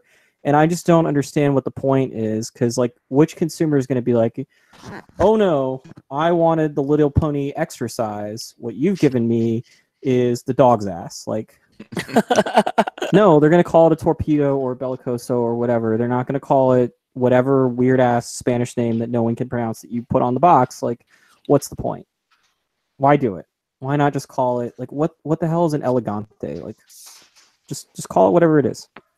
Use some numbers, put it on the box. It'll make it very clear for everyone. I imagine when you're putting it into your point of sale system, if you actually have one, it'll be a lot easier. Like, why make it too complicated? And then we have to listen to these two complain about Robusto extras. So June and I are down at Coop was down at I don't know if you were there, Coop. I think we were down at Caribbean Cigars when we were attending Lazona, and the poor guy at the register, they don't have barcodes, and I'm like, I'm talking to Hector. I'm like, he's talking to how great the shop is. Like, Hector, when are you gonna get this guy a fucking barcodes? Because he's trying to figure out the Vitola sizes, and he's just struggling trying to. They're in the system. He's got to find it when he gets to the brand or whatever it is. It's like, this guy ain't gonna have any luck figure out the Vitolas if they got these crazy names and stuff like that. So, yeah. Well, but then look at Saka, with Sin Compromiso, those sizes don't make any sense, at least not as far as numbering systems that I'm aware of. Not that Habanos' numbering system is sensible, because there are certainly some things that have multiple number sizes. Yeah. That aren't close. Hey, you know what? At least if you're using numbering system, though, you can make it up as you go. But your Husky Corona or whatever the fuck you came up with that day, just stop. Is this a Husky Corona? Yes, that's right. That is an example. Yes. Well, Avo's number 2 is a Toro, and what's I don't understand. This shouldn't be that hard. Put the dimensions, preferably in inches, but millimeters works too. You'll eventually learn it. Yeah. And then put the ring gauge and put it preferably in an order. Right. And where one goes first, so that way we're not having to tell the difference between a 10 by 80 and an 80 by 10. And I think it'll make everyone's lives easier. Now, I have to say, as a retailer, having barcodes on your cigar, oh my god, for retailers, it makes an enormous difference, because unfortunately, a lot of the people that work retail don't know the difference between a Robusto and a double Gordo. So, please, if you can, use barcodes for the industry's sake. Please. Thank you. Double Gordo. How about just getting the freaking name of the cigar right? Okay? There was one list this year where the number one cigar had the wrong name on it. Really? Catman. Oh. I'm sorry. You get the cigar name right. Did you stand up for that? How did you move the camera angles? I moved the computer actually because I'm on the laptop. Yeah, he's standing now. He's pacing the room. No, I'm sitting. Get the cigar name right. I mean, the Vitola names I understand are challenging enough. Get the cigar name right. Oh, make an effort. Make the effort. I know everyone on this call makes the effort, but sir, that's just a pet peeve of mine. Try to make the name right at least. Yeah. The best is when the company promotes that their cigar got number 1, and it's the completely different cigar. That happened a couple years ago. Remember, someone said it was the fucking the El Diario Maduro by La Polina, but it wasn't. It El Diario Maduro, yeah. It was something like that, and I was like, dude, you're promote I guess one of your sticks got it. I don't know. Is that enough bitching for you, Loomis? That's good. All right, next topic. So let's touch on the consensus, since it just came out today. Any initial thoughts just from it coming out that anybody wants to share, and then I have a kind of a follow up in regards to that. I need to look it over. Anyone surprised with what was on there or anything like that? I'll shoot from the hip, because I've been doing it all night. The difference between the consensus list, which is interesting to me, and a lot of the lists that I was seeing, is that none of the cigars that were on the consensus were surprises to me, whereas a lot of the lists I was looking at throughout the year, 3 weeks ago, and I was looking at the list going, what the hell is that? And why is that on your list? Or why is that, top 10? I don't understand if we just don't have tongues in our mouths, what's going on there. And so for me, going through the consensus, it was yeah, okay, that makes sense. Yeah, okay, that makes sense. So it seemed regardless of what one person's list was, it seemed to average out across the industry, presumably. Yeah. Why is it T52? Corona Viva. I'm just gonna say Corona Viva, No, and I don't want. It's not the Corona. It's not. I know. Do you want another 15-minute rant? Fucking turds. About we have to condense this. 2010 cigars in your 2018 list. Fuck. Okay. No, there was one that said best news. There's one. We're going to do that WTF list on Thursday night. Yeah. Mm-hmm. And there's one list that has best new cigars of 2018, and there's a cigar from 2009 on the list. Man, I heard that That's been out for 10 years. It's been out for 10 years. Yeah. I heard the nubs are good. Yeah. There weren't a lot of surprises other than I looked at the data before the show, and definitely 1 and 2 were like neck and neck, and then there was this big drop off from 3 down, and certainly when you get to the bottom half of that list, there was very little margin of error. You know, it could have swung one person on or off. Really could have made a big difference. I noticed when I looked at the numbers. So, I mean, it was no surprise what the 1 or 2 are from what we were seeing all year with the list. So Charlie, since you're kind of curator of the list, you know, I'm sure you get to see, you know, you're deep in the numbers and things like that. And any things that really jumped out at you as to, you know, cigars that you didn't expect to be on there that were on there, or just maybe certain sites that had bigger influences on getting things on the list? Fucking Developing Palates. Not really. Yeah, the one thing that I would say that about this year's list, as far as like my main takeaway, besides like the year of Hoya, is that it was very similar to last year. It was remarkably similar, in fact. You know, 2 of the top 3 were the same. Same company of the year, factory of the year this year was the number 2 last year. You look at the other factories that were in that list; they were also in the top 3. The country breakdowns were crazy. I mean, they were all within a percentage point of where they were last year for the top 3, which is, I would imagine, a statistical anomaly. So it seems like, despite, you know, the fact that the list, it wasn't the same group of lists this year. There were a handful of new ones and also some that dropped off. And despite all that, it ended up with basically, you know, the same results with which is sort of different cigars from the same people.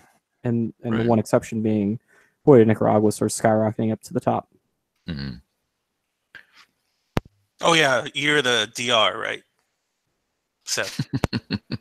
Seth Geist. Griffin. Yeah, what's up, man? Was I talking about other people's lists? Was I talking about other people's lists? I don't speak on behalf of others. Plus 10.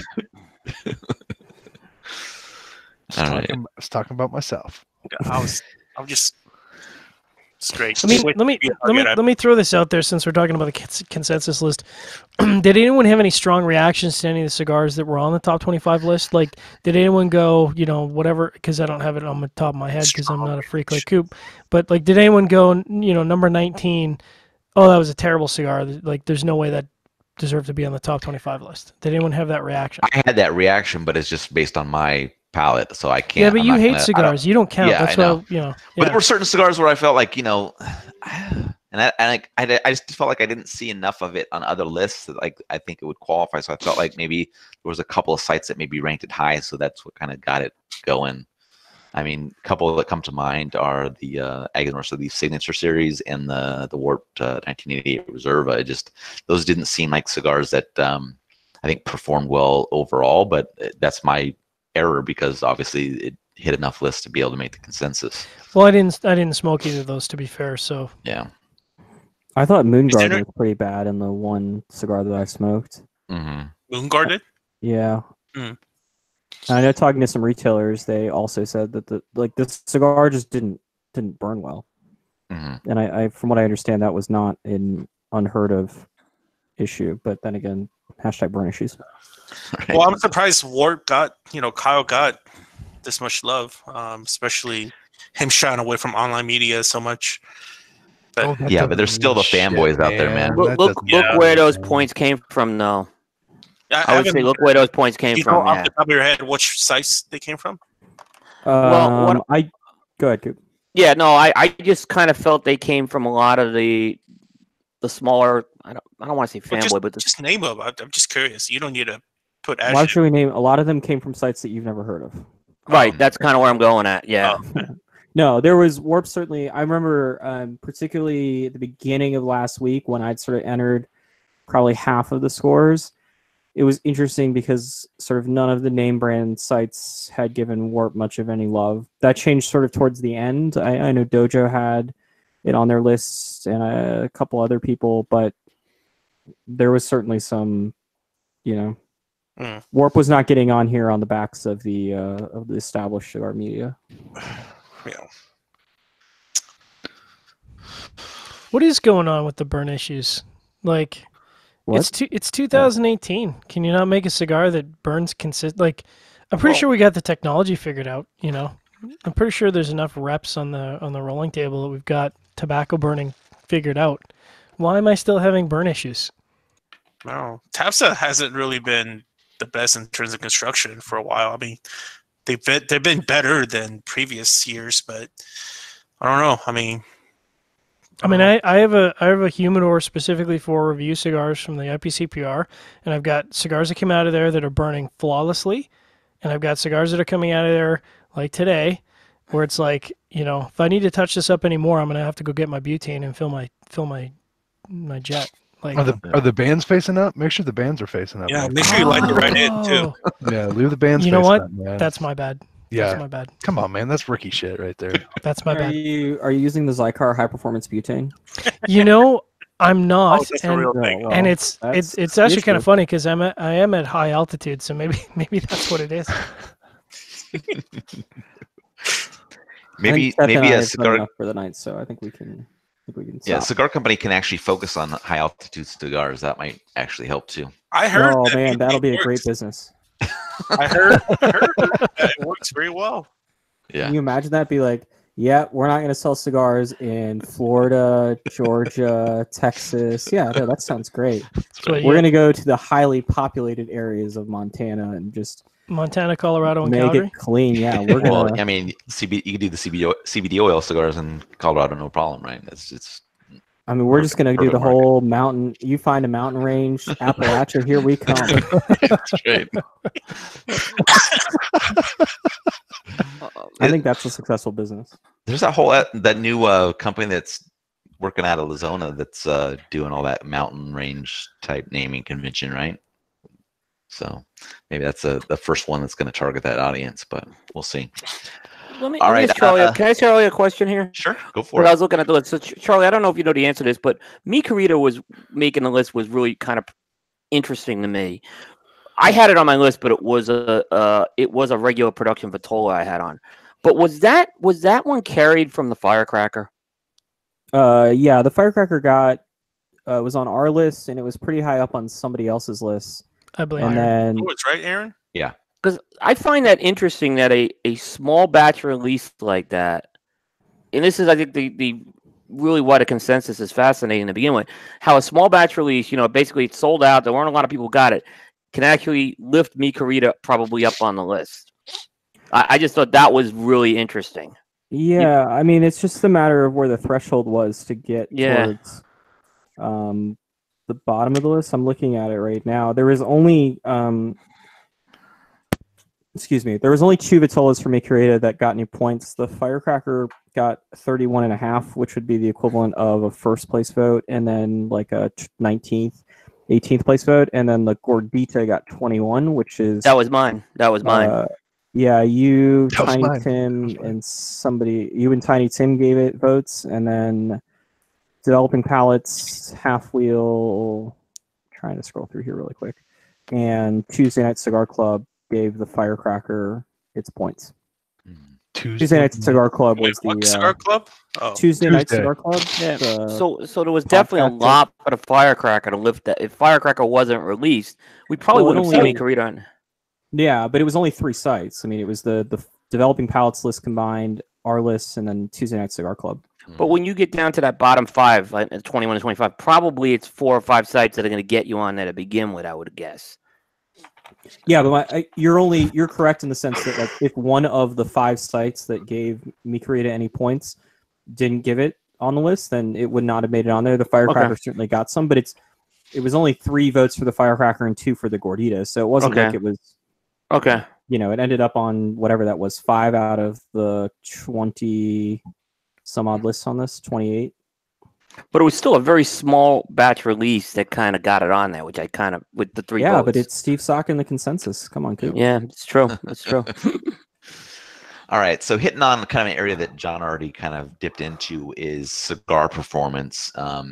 So thinking back between this year and last year, do we think the average cigar reviewed in 2018 was better than the average cigar in 2017, or worse than the average cigar in 2017? I mean, obviously I ran the numbers in regards to like kind of average scoring between this year and previous years, and some sites were obviously higher and lower than that. But just kind of perception from you guys. What were your thoughts? Did you enjoy the releases in 2018 better? Did you enjoy the releases in 2017 better? What were your thoughts? I thought 17 was a better year. And I had a lot, because I use a 2-year window on my list. There were a lot of 17 releases. I think 17 was better than when everyone was throwing stuff at the wall at 16 at IPCBR. I think 17 was better. I thought we took a little step back in 18.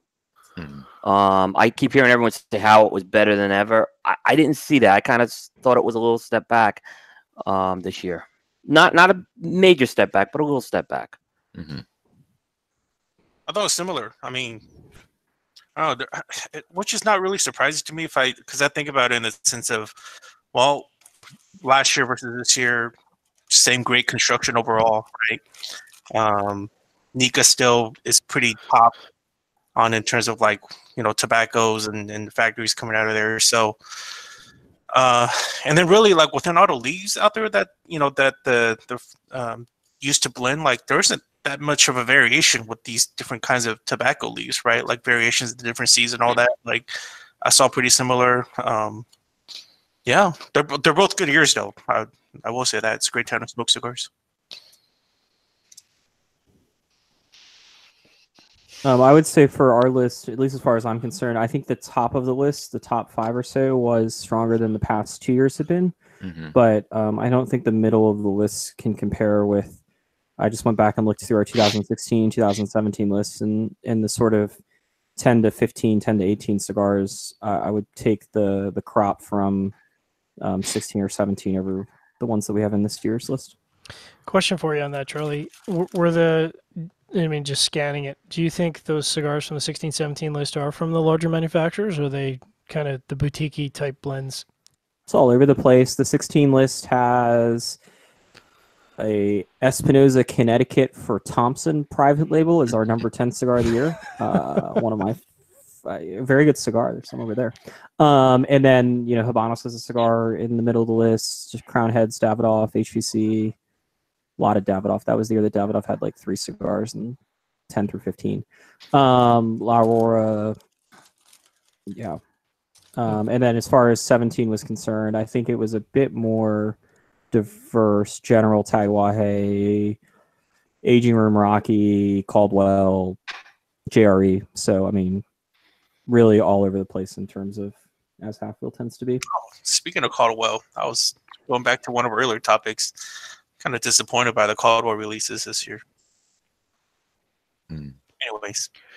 Yeah, I'd kind of piggyback on what Charlie was saying. Like, I think some of the top cigars from this year were pretty good, and then you kind of get into a drop off where you're like, all right, maybe 17 was a little bit stronger overall, but the top of 18 was a little bit better. So, yeah, I mean, part of our problem was Brian Burt just demolished some really good cigars on our list. That Aladino Maduro. Yeah, he's still on the top 25 right, panel. Right. That Aladino Maduro got 18th because of his dumbass palate. That the Rothschild, right? Yeah, that's an amazing cigar. That Rothschild, yeah, that's the one they should have released. Yeah, they should have. I told Husto you needed. Yeah, same thing. You needed to release that one. That was the cigar. And then it John, was actually a Rothschild size set, just in case you're wondering. Yeah. Oh, I know. And then John, you put the quality thing that you kind of hit on earlier is the quality of the cigars getting better year over year, or are we around the same? Or are we starting to see a little bit of a drop back in that?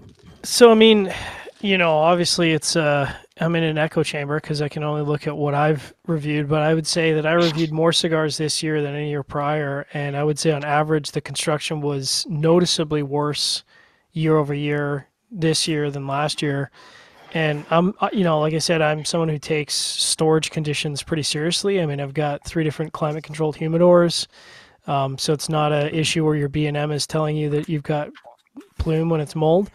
So, if I pull out a cigar that's been in the stabilized humidor for 3 months and I'm having to touch it up within 5 minutes of smoking it, well, that's not a me problem, bro. That's a you problem.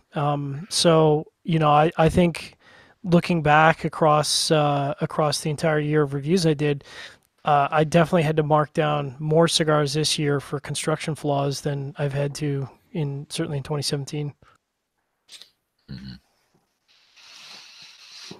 Yeah, I would go along with that. Just like if you just take like the Cornelius and Anthony blends from this year, I just felt the construction. I mean, the burn at least was not that great on those cigars. I mean, they tasted fantastic, but the burn just wasn't there. And I don't know if that has to do with the proprietary binder or what's going on with that, but that was a bit of a drop off for me. Yeah, I mean, we talked about that. It's ironic that two blends that showed really, really high on the lists were actually held back from construction, which is, the reverse of what you want with a high-performing blend. Mm-hmm. Any thoughts from you guys on that, on the construction side? I thought it was all pretty good. Like, you guys look back at your burn and draw scores from last year versus this year. And I'm a data guy, man. I'm a huge data nerd. Yeah, I did. I mean, I didn't look, but like just thinking about it, looking at my both lists, I thought both are pretty good. A very good year for construction. Yeah, I mean, I would say that on average, I probably had to touch up, on an average across all the cigars that are reviewed for the year, I had to touch up a cigar once throughout an entire review process in 2017, and I would say this year it was 2.5, almost 3 times per cigar, which is just insane. It's Canada. Man, you really got the data rolling. Absolutely, man. Hey Seth, I have a question. I'm proud of you, Charlie. No, I'm just kidding. For the Vitola naming question. For what? For the Vitola naming council? Oh, God. I'm far from the council. Shoot, man. All right. What size is this? Oh, Jesus. It's a donkey dick. It's a donkey dick is what it's called. That's the formal name. What is it? Is it the femur? Femur. Femur? Yeah. Yeah. Oh my god. Let me get a Robusto so you can. Didn't Brooks smoke it, Charlie? He did. Is a video. Oh, God, that's, man. How So big here is the Epic. I need to back the camera up. Let's see. So here is a Churchill. Oh, my gosh. Here is the femur. Oh, there you go. Yeah. Oh my god. Yeah. How long did it take him to smoke that?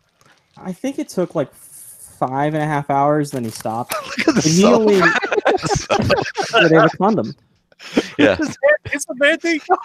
It's one of those things that they used to inseminate the cows. You don't know? understand That's- how many people have touched this cigar. Like 700 hands. But to your point earlier, But, Charlie, just I put 300 hands, man. I think that 300 Brooks hands, got Roger. to about here, for those wondering, after about 5.5 hours. Oh, yeah. I mean, he was probably sick. No, that's the thing. With this and with the Opus X football, when you look at the bottom of the cigar, it looks like any like Romacraft, like any Cro-Magnon would. But I mean, like he definitely would have been sick, and the cigar probably would not have burned if it was actually rolled proportionally. Right. Yeah. And Yeah. the football, it wasn't as bad as the football, but the football, like I was with him when he smoked it, and we were outside, and he stopped smoking the cigar, and it was pretty much nubbed at that point. You can see the picture on the site, and it probably kept smoking for a good 55 minutes without anyone doing anything, just in the ashtray, Wow. just lighting itself on fire. But I've smoked a couple of like the crazy big Opus weird sizes, and those haven't been really good ones. Sorry Don't leave for, the I know fire- that we were, obviously needed to stretch some time out with content, so. Yeah, no worries. I appreciate it. All right, Watching so Charlie put on a cellophane was priceless. It's great. It's nice and like murky too. It looks like it's been used. yeah, It's a huge YouTube marketing potential right there. Oh, yeah. exactly. So, are companies capable of making better cigars today than they were 5 or 10 years ago with current tobacco and blending manufacturing techniques? 5 years ago, 5 or 10 years ago. 10 years ago. Capable of making cigars from They're certainly construction. capable of making better cigars. Yeah, better cigars Yeah. in any facet.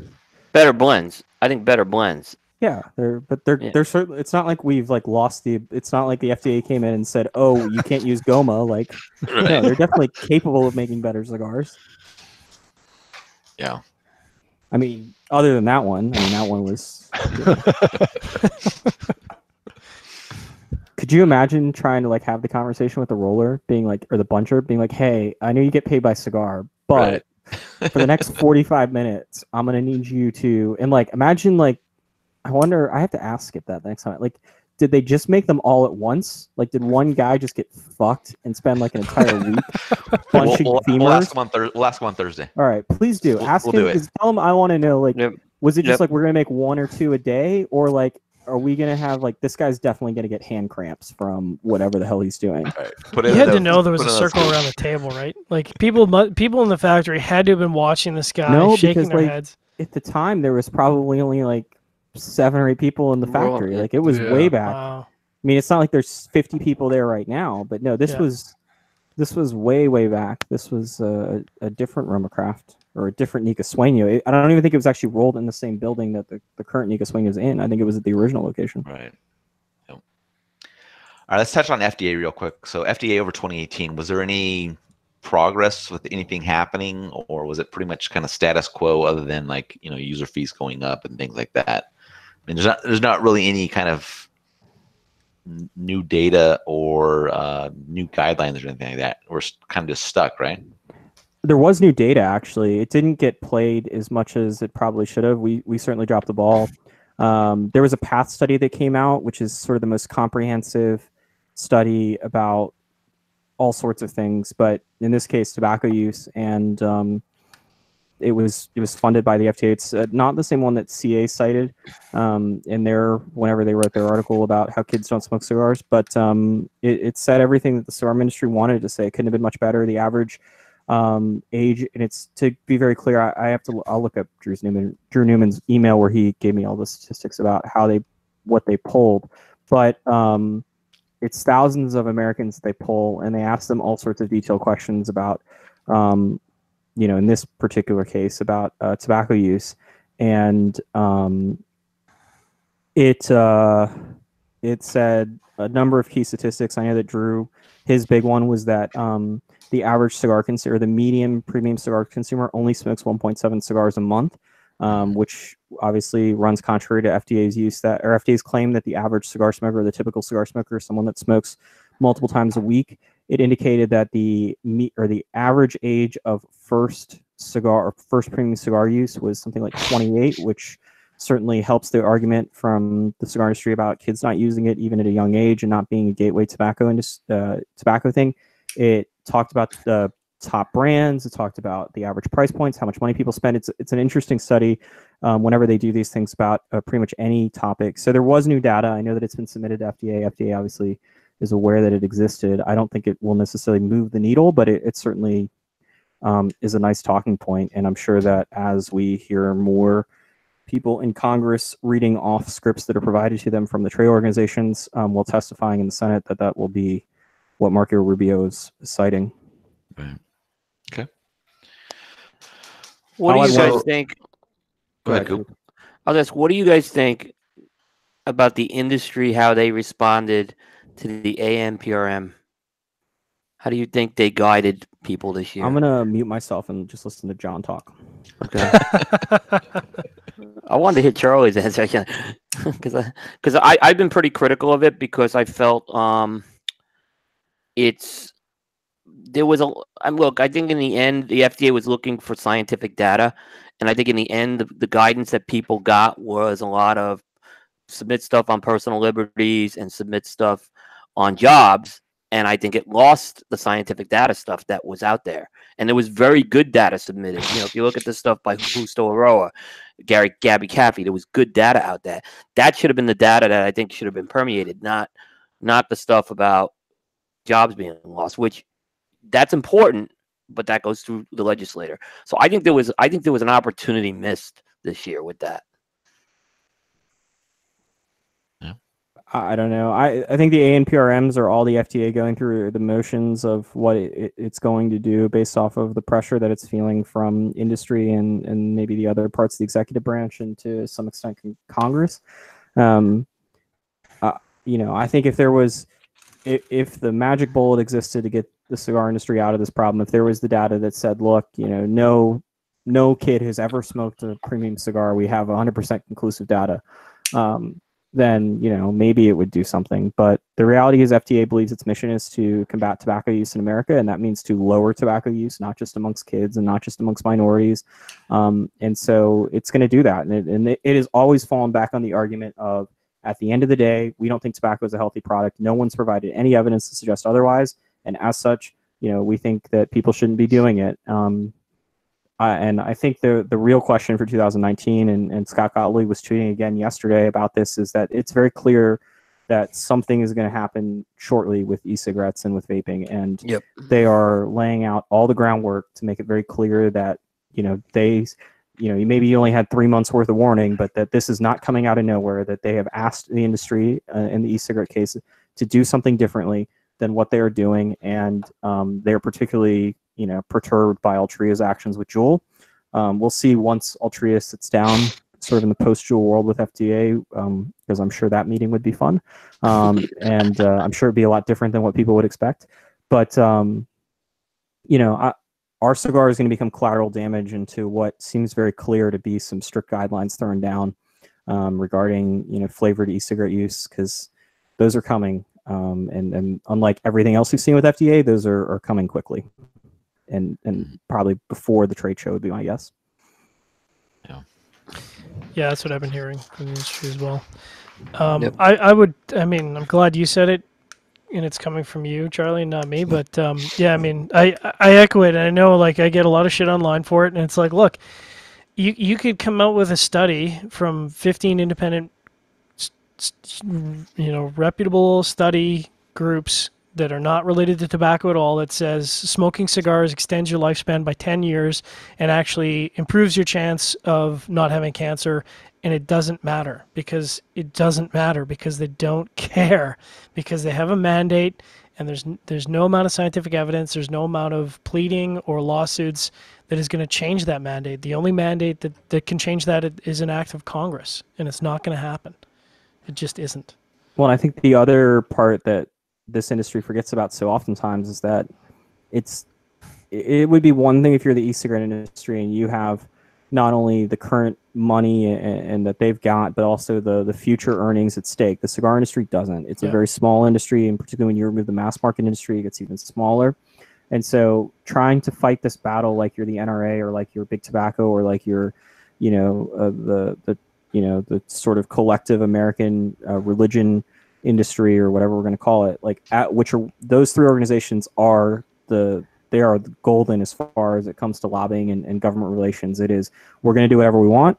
We're going to push back. We're going to fight. We're going to defeat you. We're going to, get the rules written. Like, oh, you want to attack us today? Well, by Friday, we're going to have even more advantageous rules. And yet this industry has taken the approach that is the way that they're going to go about fighting the government. And I stand by what I wrote, and I think it went multiple steps further than what you wrote, John. That if you took all of Big Tobacco and you put them in a room and you said, look, give us what you think we should do, what you think is in our best interest, they would tell you run to government and sit down and negotiate with them today. Because you would rather have this administration negotiating with you than whatever's coming next, whether it be Republican or Democrat. And I don't think that's where the cigar industry is at the moment. I don't think it's remotely close to it. And, just not that it's going to be a love affair, but echoing what you said in that article, I think Big Tobacco has learned a very, very expensive and hard lesson from that previous experience. And they know, look, there's unless you have all of Congress in your pocket, which you don't, there's just no way that you're going to win this fight. And you can either fight it to the tune of billions of dollars and then get slapped down hard, or you can go along with the ride and you can try and make advantageous changes to a degree that will impact your business in a positive way. Because if you fight it, they're just going to come down on you that much harder. And again, it's not a popular thing to say, and I get that there's a lot of manufacturers out there that don't want to hear that, but that's just the stark reality of tobacco, not just the United States, but around the world. But it's also about picking your battles. And so you've seen Absolutely. Big Tobacco pick a battle. With menthol, they've decided that they're going to protect menthol at all costs. Yeah. And we'll see as we go through what is essentially round 4 of menthol probably next year. I think for us, the battle is you got to protect online sales. Yeah. You can't lose online sales. That's something that's worth spending tens of millions of dollars on from the collective cigar industry, particularly from Ezra Zion. And if we don't do that, I think the industry is in for, flavors are very important. They're much more important than any everybody in our sort of space wants to give them credit for. Age restrictions, smoking bans, all that stuff's important. But the only thing that's going to cause massive double-digit contraction of this industry in an 18-month period is the ban on online sales. And so that's a hard limit. And menthol, I mean, I know there's a lot of people that probably have strong feelings about cigarettes, but menthol is the gateway to banning all flavored cigar product and pipe tobacco. And I know this because that's the exact pathway that every single country that has banned flavored tobacco has gone from. And, you know, it's the same story in every single country, you know, blah, blah, blah, kids smoke menthol. It's like, you know what? Maybe you should go work in a tobacco shop for a half an hour and find the number of 60 and 70-year-old women that cuss you out because they can't get their menthol cigarettes. Because it's not 16-year-olds. Whenever I had a sore throat, I'd smoke menthols. Yeah, that's how I started smoking in my life, is Camel Crush. All right. So let's move over to the last topic before we get into the look ahead into 2019. And that's just a real quick hit on cigar scoring. I don't want to get down into the cigar scoring that we talked about earlier, but there were a couple of sites that started scoring cigars this year that weren't scoring cigars previously. That was Stogie Review, Stogie Press. They both went down the route of using the 100-point system, which is understandable. Any thoughts into why sites would begin, and I think I know the answer already, but why would they start scoring cigars when they hadn't? Like, at least for Stogie Review, they haven't scored for so long. Yeah. Stogie Press is a more recent site that started scoring, but is Brian Hewitt scoring cigars, or is it just Ben? I've only seen Ben so far, so I can't say if they're taking it on as a site project, well, or I think if it's that just might Ben be doing it. the more likely response here is that it's Ben and not so much, you know, right. The Stogie Review that I grew up on, you know, back when I was 8 years old, is largely not there anymore, with the exception of Brian Hewitt, who's, you know, certainly not posting what he used to post. Right. So does it even make sense to start scoring? Brian's scoring. Oh, Brian is okay. So Brian, actually, I just looked up his last review and he scored it. 97 points. No, they've all been 90 or above so far. So you know the thing, but I think a lot of the product with that was the guys who founded Stogie Review were very anti-scoring to begin with, and now that they're maybe not into the picture anymore, and Ben and Brian are really doing the heavy lifting there. You know, I could see why they made a change. I just want to respond to this because I actually did this for an experiment, a social media experiment, just to see what the reaction was from manufacturers sharing or not sharing, and page views and not page views. So I went, I think it was 14 months, and I didn't put a score. I put a strong summary statement in, you know, foolishly thinking that a strong summary statement would still allow for shares. And the truth of the matter is that if you don't have a score on a cigar, your page count and your shares are pretty much non-existent. And that's just the stark reality of the industry. Nobody's going to share your review unless, you know, they're saying a 93 or a 95. You know, and you can have a great picture and you can have a strong summary statement. None of that matters, in my experience. And then Stogie Press, I mean, he just went all in and just said, "Fuck it, I'm gonna give out 99s and 100s all day." So, I mean, I thought our scoring system was complex and misunderstandable, but I mean, you get into that and you're minus a point for, you know, a flat burn cone. You're, you know, I don't know. So, but he's getting the shares. He's getting the shares. But remember, we went down. Remember, Aaron, when the show we did that all those scenarios, right? Right. And we went through these case studies. If you score this, if someone scores this high, and someone says, it all still washed out the same, is what we proved. That these sites, okay, they'll get a little pop from some of the small manufacturers, but in the end, in the big scheme of things, it didn't make a difference. Right. Yeah. All right. So let's look ahead into 2019. So we can hit back on FDA. I don't know if there was anything additional FDA that we wanted to say about what we could see coming for 2019. And Charlie, you might be able to speak into what your thought. I know I think you had one of the 10 questions for 2019 as an FDA topic about what was going to happen. 3 of them. 3 of them. Sorry. Yeah. I forgot you did count down how many you had.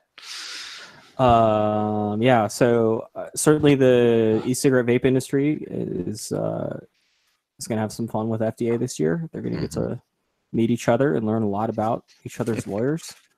I don't think much is going to happen with flavored cigars. I suspect that we're going to see. My guess is FDA is going to basically decide to expedite the e-cigarette and vapor part of their most recent ANPRM or whatever that announcement that came after the ANPRM that said they're going to go after menthol and flavored tobacco and flavored cigars. So they're going to go after the e-cigarette component would be my guess, with some expedited muscle, and then sort of wait on the menthol and premium cigar or flavored cigar fight. Those are going to go basically straight to the courts, and there's no point in even bothering trying to have conversations with the industry would be my guess. Right. As far as the rest of FDA, we'll learn more, I believe, later this week, I think is when the next status updates due. I do know that the group of pediatricians in Maryland filed a brief citing some emergency concerns about how FDA is not regulating things. So perhaps FDA is forced to respond to that. I don't know. I suspect a relatively calm year for FDA, but I think that 2020, particularly with the election, is gonna be a fascinating one. Coop, your thoughts? It's good. The one question I've seen already some false stories about it is if Gottlieb's going to be there the whole year. So I think it's something to watch. Certainly with this administration, there's obviously anything can happen. Although on the other hand, Alex Azar seems to be on the same page with Scott Gottlieb. But I kind of watch that one to see if Gottlieb makes it through the year or not. I'm kind of curious on that right now. Agree with everything Charlie said. I think flavored tobacco, certainly, nothing's going to change with that. Ton of lawsuits going to happen with that probably. I don't see anything changing with the appeal either right now. I don't think we're going to see how that's going to flush out either. So maybe watch some of this whole thing about the nicotine levels too. Let's see if that starts to now keep the cigar industry up at night as it is. So I don't see the ANPRM for nicotine levels or the HPHC testing.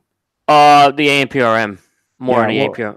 Because the HPHC testing would be the one thing we're definitely going to have to see action on. So true. Yeah, that's there's true. the November deadline for HPHC testing, which is sort of was the most feared part outside of like the no new brands thing of the original deeming regulations. We still don't have any resolution as to what the approved FDA method is for HPHC testing. I know that Restay, if he's watching from Johnson Cruel, will say that otherwise, but the letter that he got back from FDA, at least the one that was shared with me, wasn't, or the letter that Andrew got back on behalf of Restay, certainly didn't give any indication at the time that FDA had figured out what exactly they were doing in terms of the appropriate way to go about testing for the HPHCs they want. I would have to imagine that if they haven't made a decision, I mean, at this point, if they haven't made a decision realistically, they probably need to delay it. But if they haven't made a decision by March about that, there's seemingly no way that you could expect cigar manufacturers to HPHC test all of their products by November, considering that it doesn't appear that there's any of those machines or the industry that exists for HPHC testing is ready to deal with cigars right now. So that's going to keep people up at night. Yeah, that's a good point too. I was thinking more of if they decide to set levels. If they put some of those arbitrary levels they're talking about. FEMA is fucked if they set the level. But by the way, someone just messaged me on my comment about Gottlieb. Gottlieb, I guess at the end of last year, put out a tweet basically saying the stories about him leaving were false. But when you like you hear rumors in Washington have a way of taking their life on its own. You just don't know what the case is. That's why I mentioned what I just mentioned. Right. So someone just pinged me on that. Yeah. I think before the end of the year, you're going to see a partial or complete ban of flavored tobacco in California. Yeah, that wouldn't be surprising.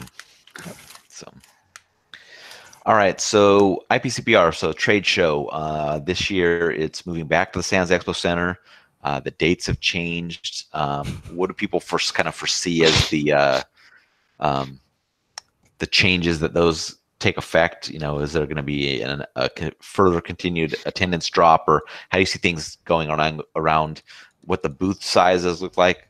Any thoughts on what IPCPR looks like in 2019? More expensive. No. Yeah, I think the attendance isn't going to really get the boost that they're hoping for because there's a lot of pushback on these dates. So I don't think they're going to get the boost that they're hoping for. And I think ultimately the complaints about the Las Vegas Convention Center are going to, and the Westgate are going to shift to these dates now. So someone, that will be what people complain about. I do think there's going to be some smaller manufacturers that start to sit out IPCVR. I think that is starting to come.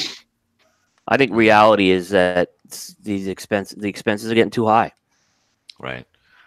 Do you think you see a down year because you don't have something like the hand roll movie to kind of like get everybody all hyped up about the show? Like, do they? Who do the they fuck showed up at the trade show to go see the hand rolled movie? No, I meant that this. I just meant I that don't think it was a good kickoff for the show. I think that created a positive vibe, but I don't think people went there for the movie. Who's gonna be like, oh, it's too expensive and too inconvenient for me to go? Oh, but you have a movie showing, so I will now decide to get the plane. Like, No, I'm not talking I've about spoken enough driving tonight, attendance. but if there's anything to talk about on here that irks me as much as Seth and fucking Robusto Extras, it's that people just make up reasons to not go to the trade show because they're not going for whatever reason. Whether it's too expensive, at $100 a night, or whether it's too expensive, or whether the idea is just dumb at this point because they can get the deals otherwise, or whatever it might be. But it's not like no one sat there and is like, oh, because when you look at the calendar and you're like, oh yeah, that runs pretty close to July 4th. But guess what? You're home on Tuesday. Like, most people aren't staying through day 4. And if they are staying through day 4, they're going back like sometime on day 4. So they'll be home on Tuesday. July 4th, I believe, is on a Thursday. Yep. Like, it's not like they're taking the whole week off for like July 4th, unless I'm missing something. Like, Right. Yeah, that's but it not impacts how Canada Day, Charlie. I mean, it does impact Canada Day. So all the Canadian retailers that aren't showing up because Davidoff stopped having the Canadian Golden Band Award. Yep. Just one award, by the way. Yeah, all those people are not showing up. Like, no, the reason why They people didn't don't show show up up to the trade show is because of their own whatever issues, because they decide it's not worth it, either from a monetary aspect or a time aspect. It's not because of how shitty the Westgate is. It's not because of a hand-rolled movie. It's not because of the Venetian. It's not because of the dates. Certainly, if you made it the week of Christmas, attendance would go way down. But as long as the reps are showing up, it's a pretty good indication that, you know what, companies are willing to pay for the reps to show up, the reps are willing to show up, the brokers are willing to show up. So that means that it's probably important enough, as long as you have the potential to make money, which many of these retailers have decided they can't. And that's the end of it. And so, yeah, if they move it next year to the same dates in August and they put it at the Venetian, you have $100 a night, there'll be more people, but not 700 more people. I mean, there might be 700 more because somebody shared the promo code with non-IPCR members, but not to show up to the actual damn trade show. Right. I'm done. Well, that was good. That's what. I guess Charlie said it more eloquently than I did. They'll find something to complain about, like I said, because last year the complaints were about the Westgate, and now they'll complain about the dates. They that complain was kind of, every year. fucking year. Yeah, about something exactly. But I would like some free lunch. Yeah. Who do I talk to about that? We don't know now. Dawn's We gone. do. I have to email her. Call her. Wait, they're getting rid of that this year?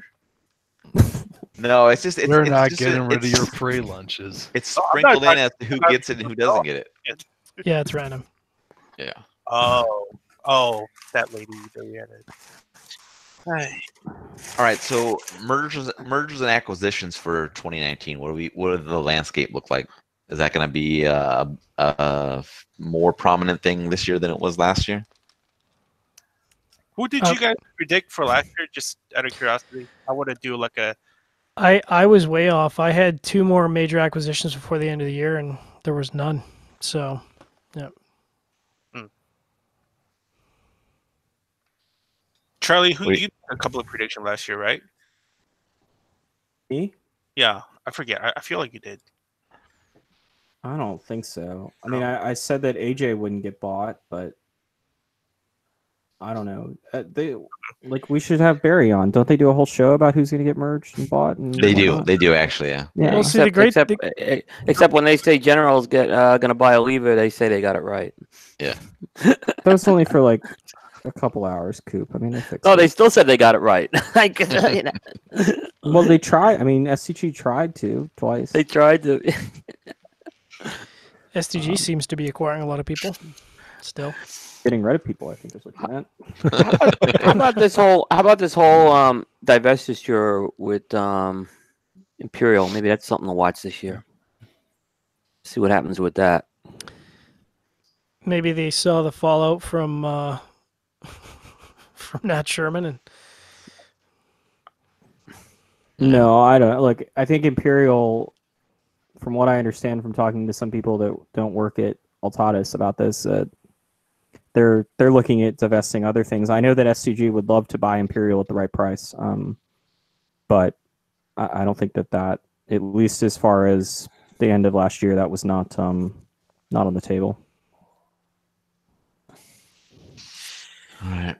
So last topic is top 25 lists moving forwards, 2019 and beyond. So what do we see them looking like? Do we think that the number of sites kind of drop off? They remain the same? Got some new players popping in? What are the overall thoughts on that? I don't see a lot of hope for them getting better. Yeah. I mean, Well, the last two. well, how do you improve on a 98 though? I mean, yeah. Well, I mean, you're still gonna have these people who review their favorite brands. There's not a lot of people looking to go out in their comfort zone. And ultimately, there's people who don't take the exercise of a top 25 seriously, and that's going to continue. I don't see any change, and the industry will still be print media focused with top 25 lists, no matter what. let me ask a tertiary question or a follow-up question to that. At what point do all the people who are reading the cigar magazines, stop smoking cigars or die? And we see this massive transition from people who read magazines and people who know how to use the internet. Like, at what point? Because I would have thought that would have happened by now. It's 2019. Like, I'm shocked at, even up in Canada, Cigar Aficionado is still the #1 game in town, and it drives sales to the stores. When is that transition going to occur? I don't think it's ever going to happen. I don't think it's ever going to happen. Yeah. When you walk into a wine store, and I know very little about wine, like, you don't see, like, I don't know what a wine blog is, but I do know that, Parker and Spectator and James Suckling, or I guess James Suckling is technically a wine blog now, but regardless, like, the numbers you see at a Total Wine are the 3 plus whatever Total Wine's internal publication is. Like, they're not talking about vinoblog.com's wine of the year. Mm-hmm. Right. And at the whiskey aisle, like, they're talking about whiskey, or was it Whiskey Advocate, Malt Advocate? Aaron, quick, get that site. Yeah. Get that site They had both of them. But anyway, like, they're not talking about the bourbon blogs or the Scotch blogs. There's a couple of really, really well done whiskey publications, which I cannot name off the top of my head. So yeah, I don't see that. And, particularly not in a world in which, CA's trying to get on CNBC to promote their cigar of the year. Like, why would you not? It's the... Yeah. I mean, CA's cigar of the year list is more important than every other list combined. A lot. You've heard my theory. You'd rather take a number 25 on the CA list than a number 1 on any online list. Isn't Ralphie up to like 350, 370,000 views on YouTube now, and he's still a drop in the bucket compared to Jim Murray's Whiskey Bible? Like, it's shocking. Yeah. All right. Fight a good fight, gentlemen. I will say this. I think that somebody like Cigar Obsession, I think that Brian could, like, if you had to pick somebody that was going to move the needle, I think that Brian, because of the sort of groundwork that he did for many years on YouTube before it sort of became the obvious, like, growth model online, I think that he could move the needle because he has a big enough audience of occasional smokers, which is really what you're talking about with CA. But, he doesn't rate cigars, and he doesn't put out a top list. And, I would, I think if he wanted to, I think that he certainly could have an impact. Yeah.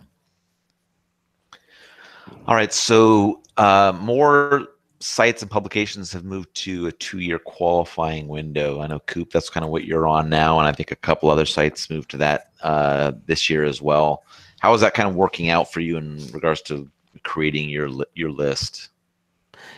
It caused some problems for me this year because now I'm into this scenario where what gets on this year's list versus next year's list. which obviously when I spend a week in a hospital right at the end of the year, had a big impact because stuff didn't make it.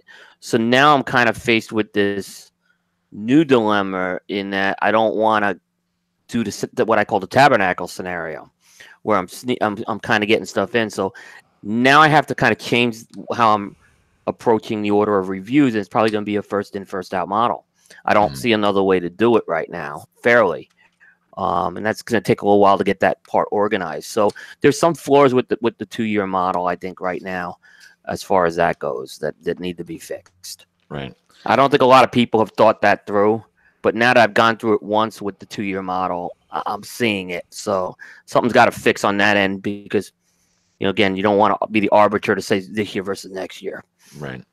And then, Charlie, you guys expanded the window, was up for the 2017 list from just the calendar year to more of a, I'm not sure exactly the details around it, but you had expanded into some part of the previous year. How has that worked, and how is it going forward? It's working fine. Yeah. So what's the actual details around what that looks like? There isn't really a hard and fast rule with it. We struggle because, like with the Illusione, the Le Grand Classe Rex ended up on our list this year.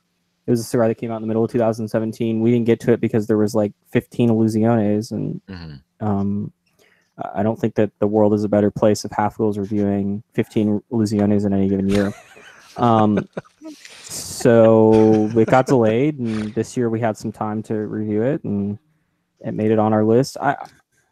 I was once a fan of a very stringent, like, we need to only review cigars from this year because it makes no sense when you put a cigar from 6 years ago as your top cigar. But in today's world where there's a lot more cigars, B, a lot of stuff gets delayed in shipping, and there's, I remember having a conversation with Patrick earlier this year. In the first 2 weeks of December, it was crazy news-wise.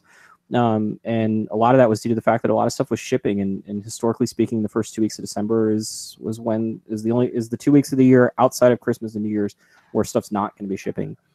People would just shy away from the holiday season, and they would just wait till January, and that's no longer the case. And what are we going to do about it? We have at the moment, I think we could not buy another cigar at Half Wheel, and we review 6 cigars a week, and we could have enough reviews just based off of what's like on our list, not what's in this entire room. Right. We'd have enough cigars until the middle of March, which is far and away the most we've ever had sort of in backlog.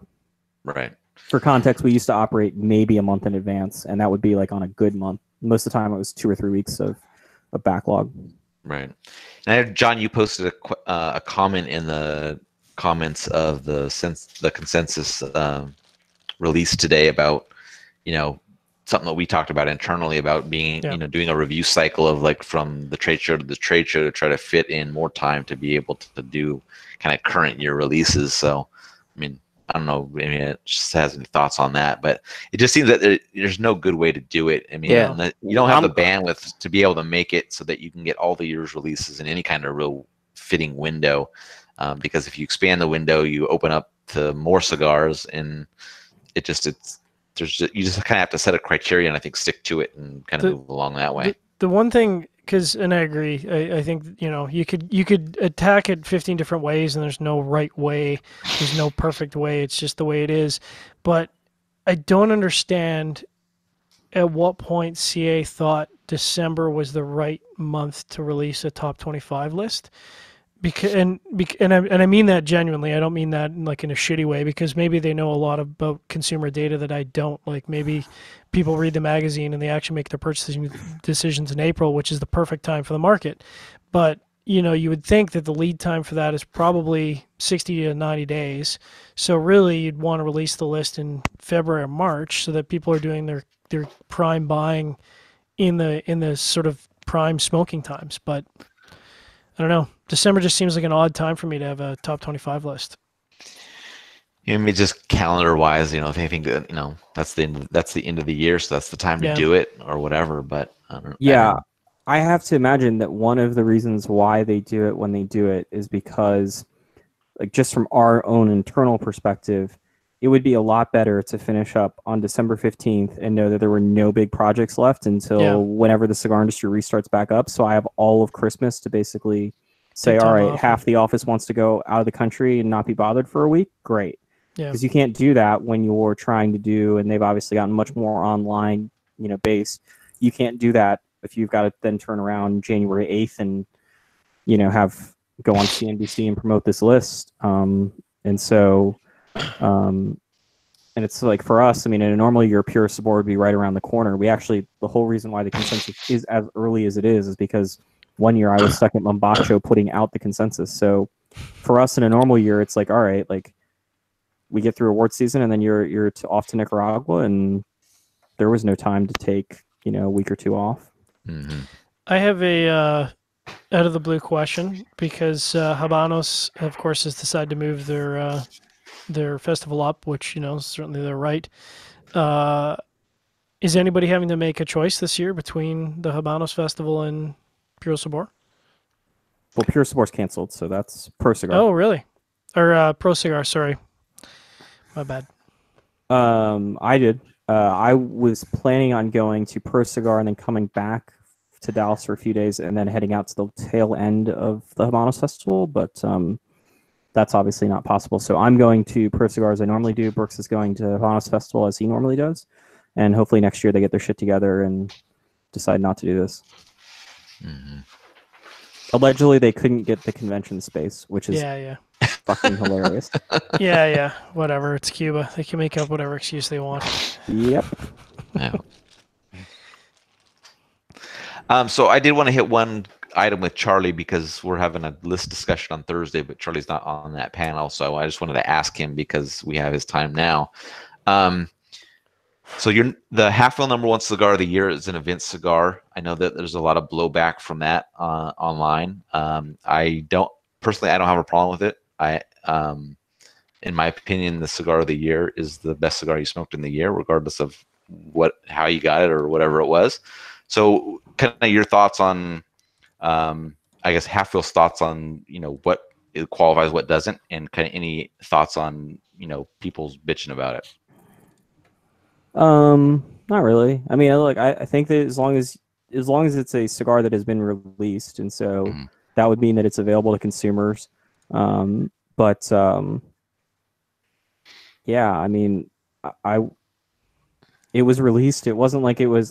I wonder what was the more limited release. Was it this one, or was it the Quesada Reserve Proud of Barber Pole Corona Gorda that we gave #1 cigar of the year last year, which was an exclusive to Fine Ash and only available at one retailer in relatively limited quantities.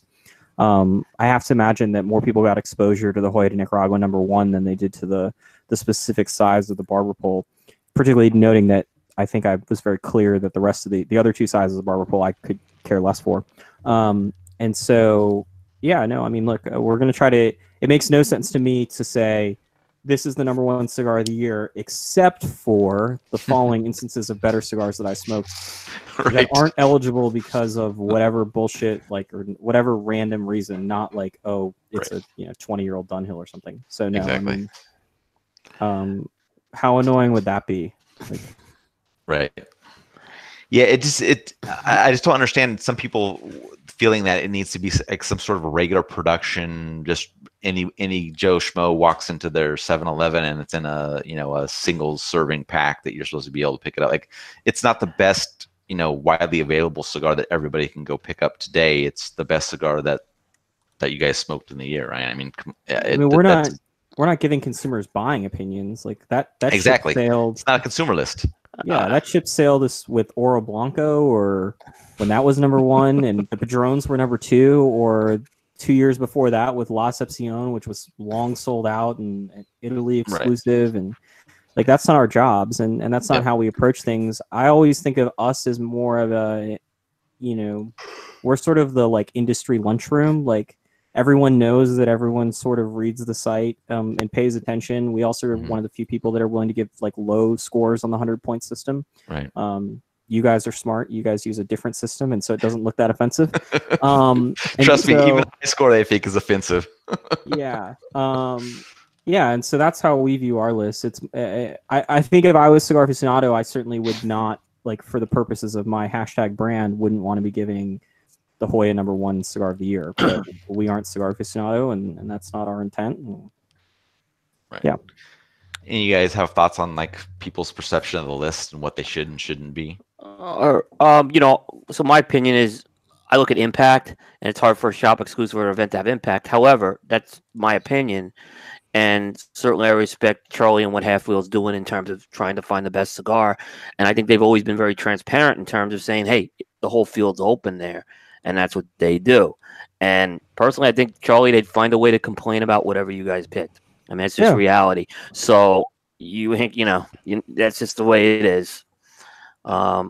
So, I mean, like I said, I think if that was the best cigar, and you have very clear criteria, which I've heard people on online lists who have no criteria at all. So, that's what. But I don't think you can make you can't make every list the same, and it's not one size fits all. So, the one that drives me crazy is these retailers coming up with sales, and then I go say, well, would you buy, if Justin Bieber is the top selling artist, you think he should be getting the #1 award? Right. And that's different. How's that different? So, any other thoughts on that? And I like Justin Bieber, so. All right, there you go. Cool. All right, well, I think that wraps it up for us. Any other topics you guys want to chat about, or I think we're done? All right. Well, I want to thank Will for joining us, Charlie for joining us. I know we kept you guys up late this evening, but really appreciate your insight and your participation. So thank you again for joining us. And then all the Developing Palates team, thank you. I know, Seth, you're up late. John, you're up late. Junior still at work. You get to go home still, so have fun. All right. Well, that's a wrap for the 2018 recap. Thank you all for joining us, and we will try to catch you all on doing this again next year. Thanks for joining us. Take care.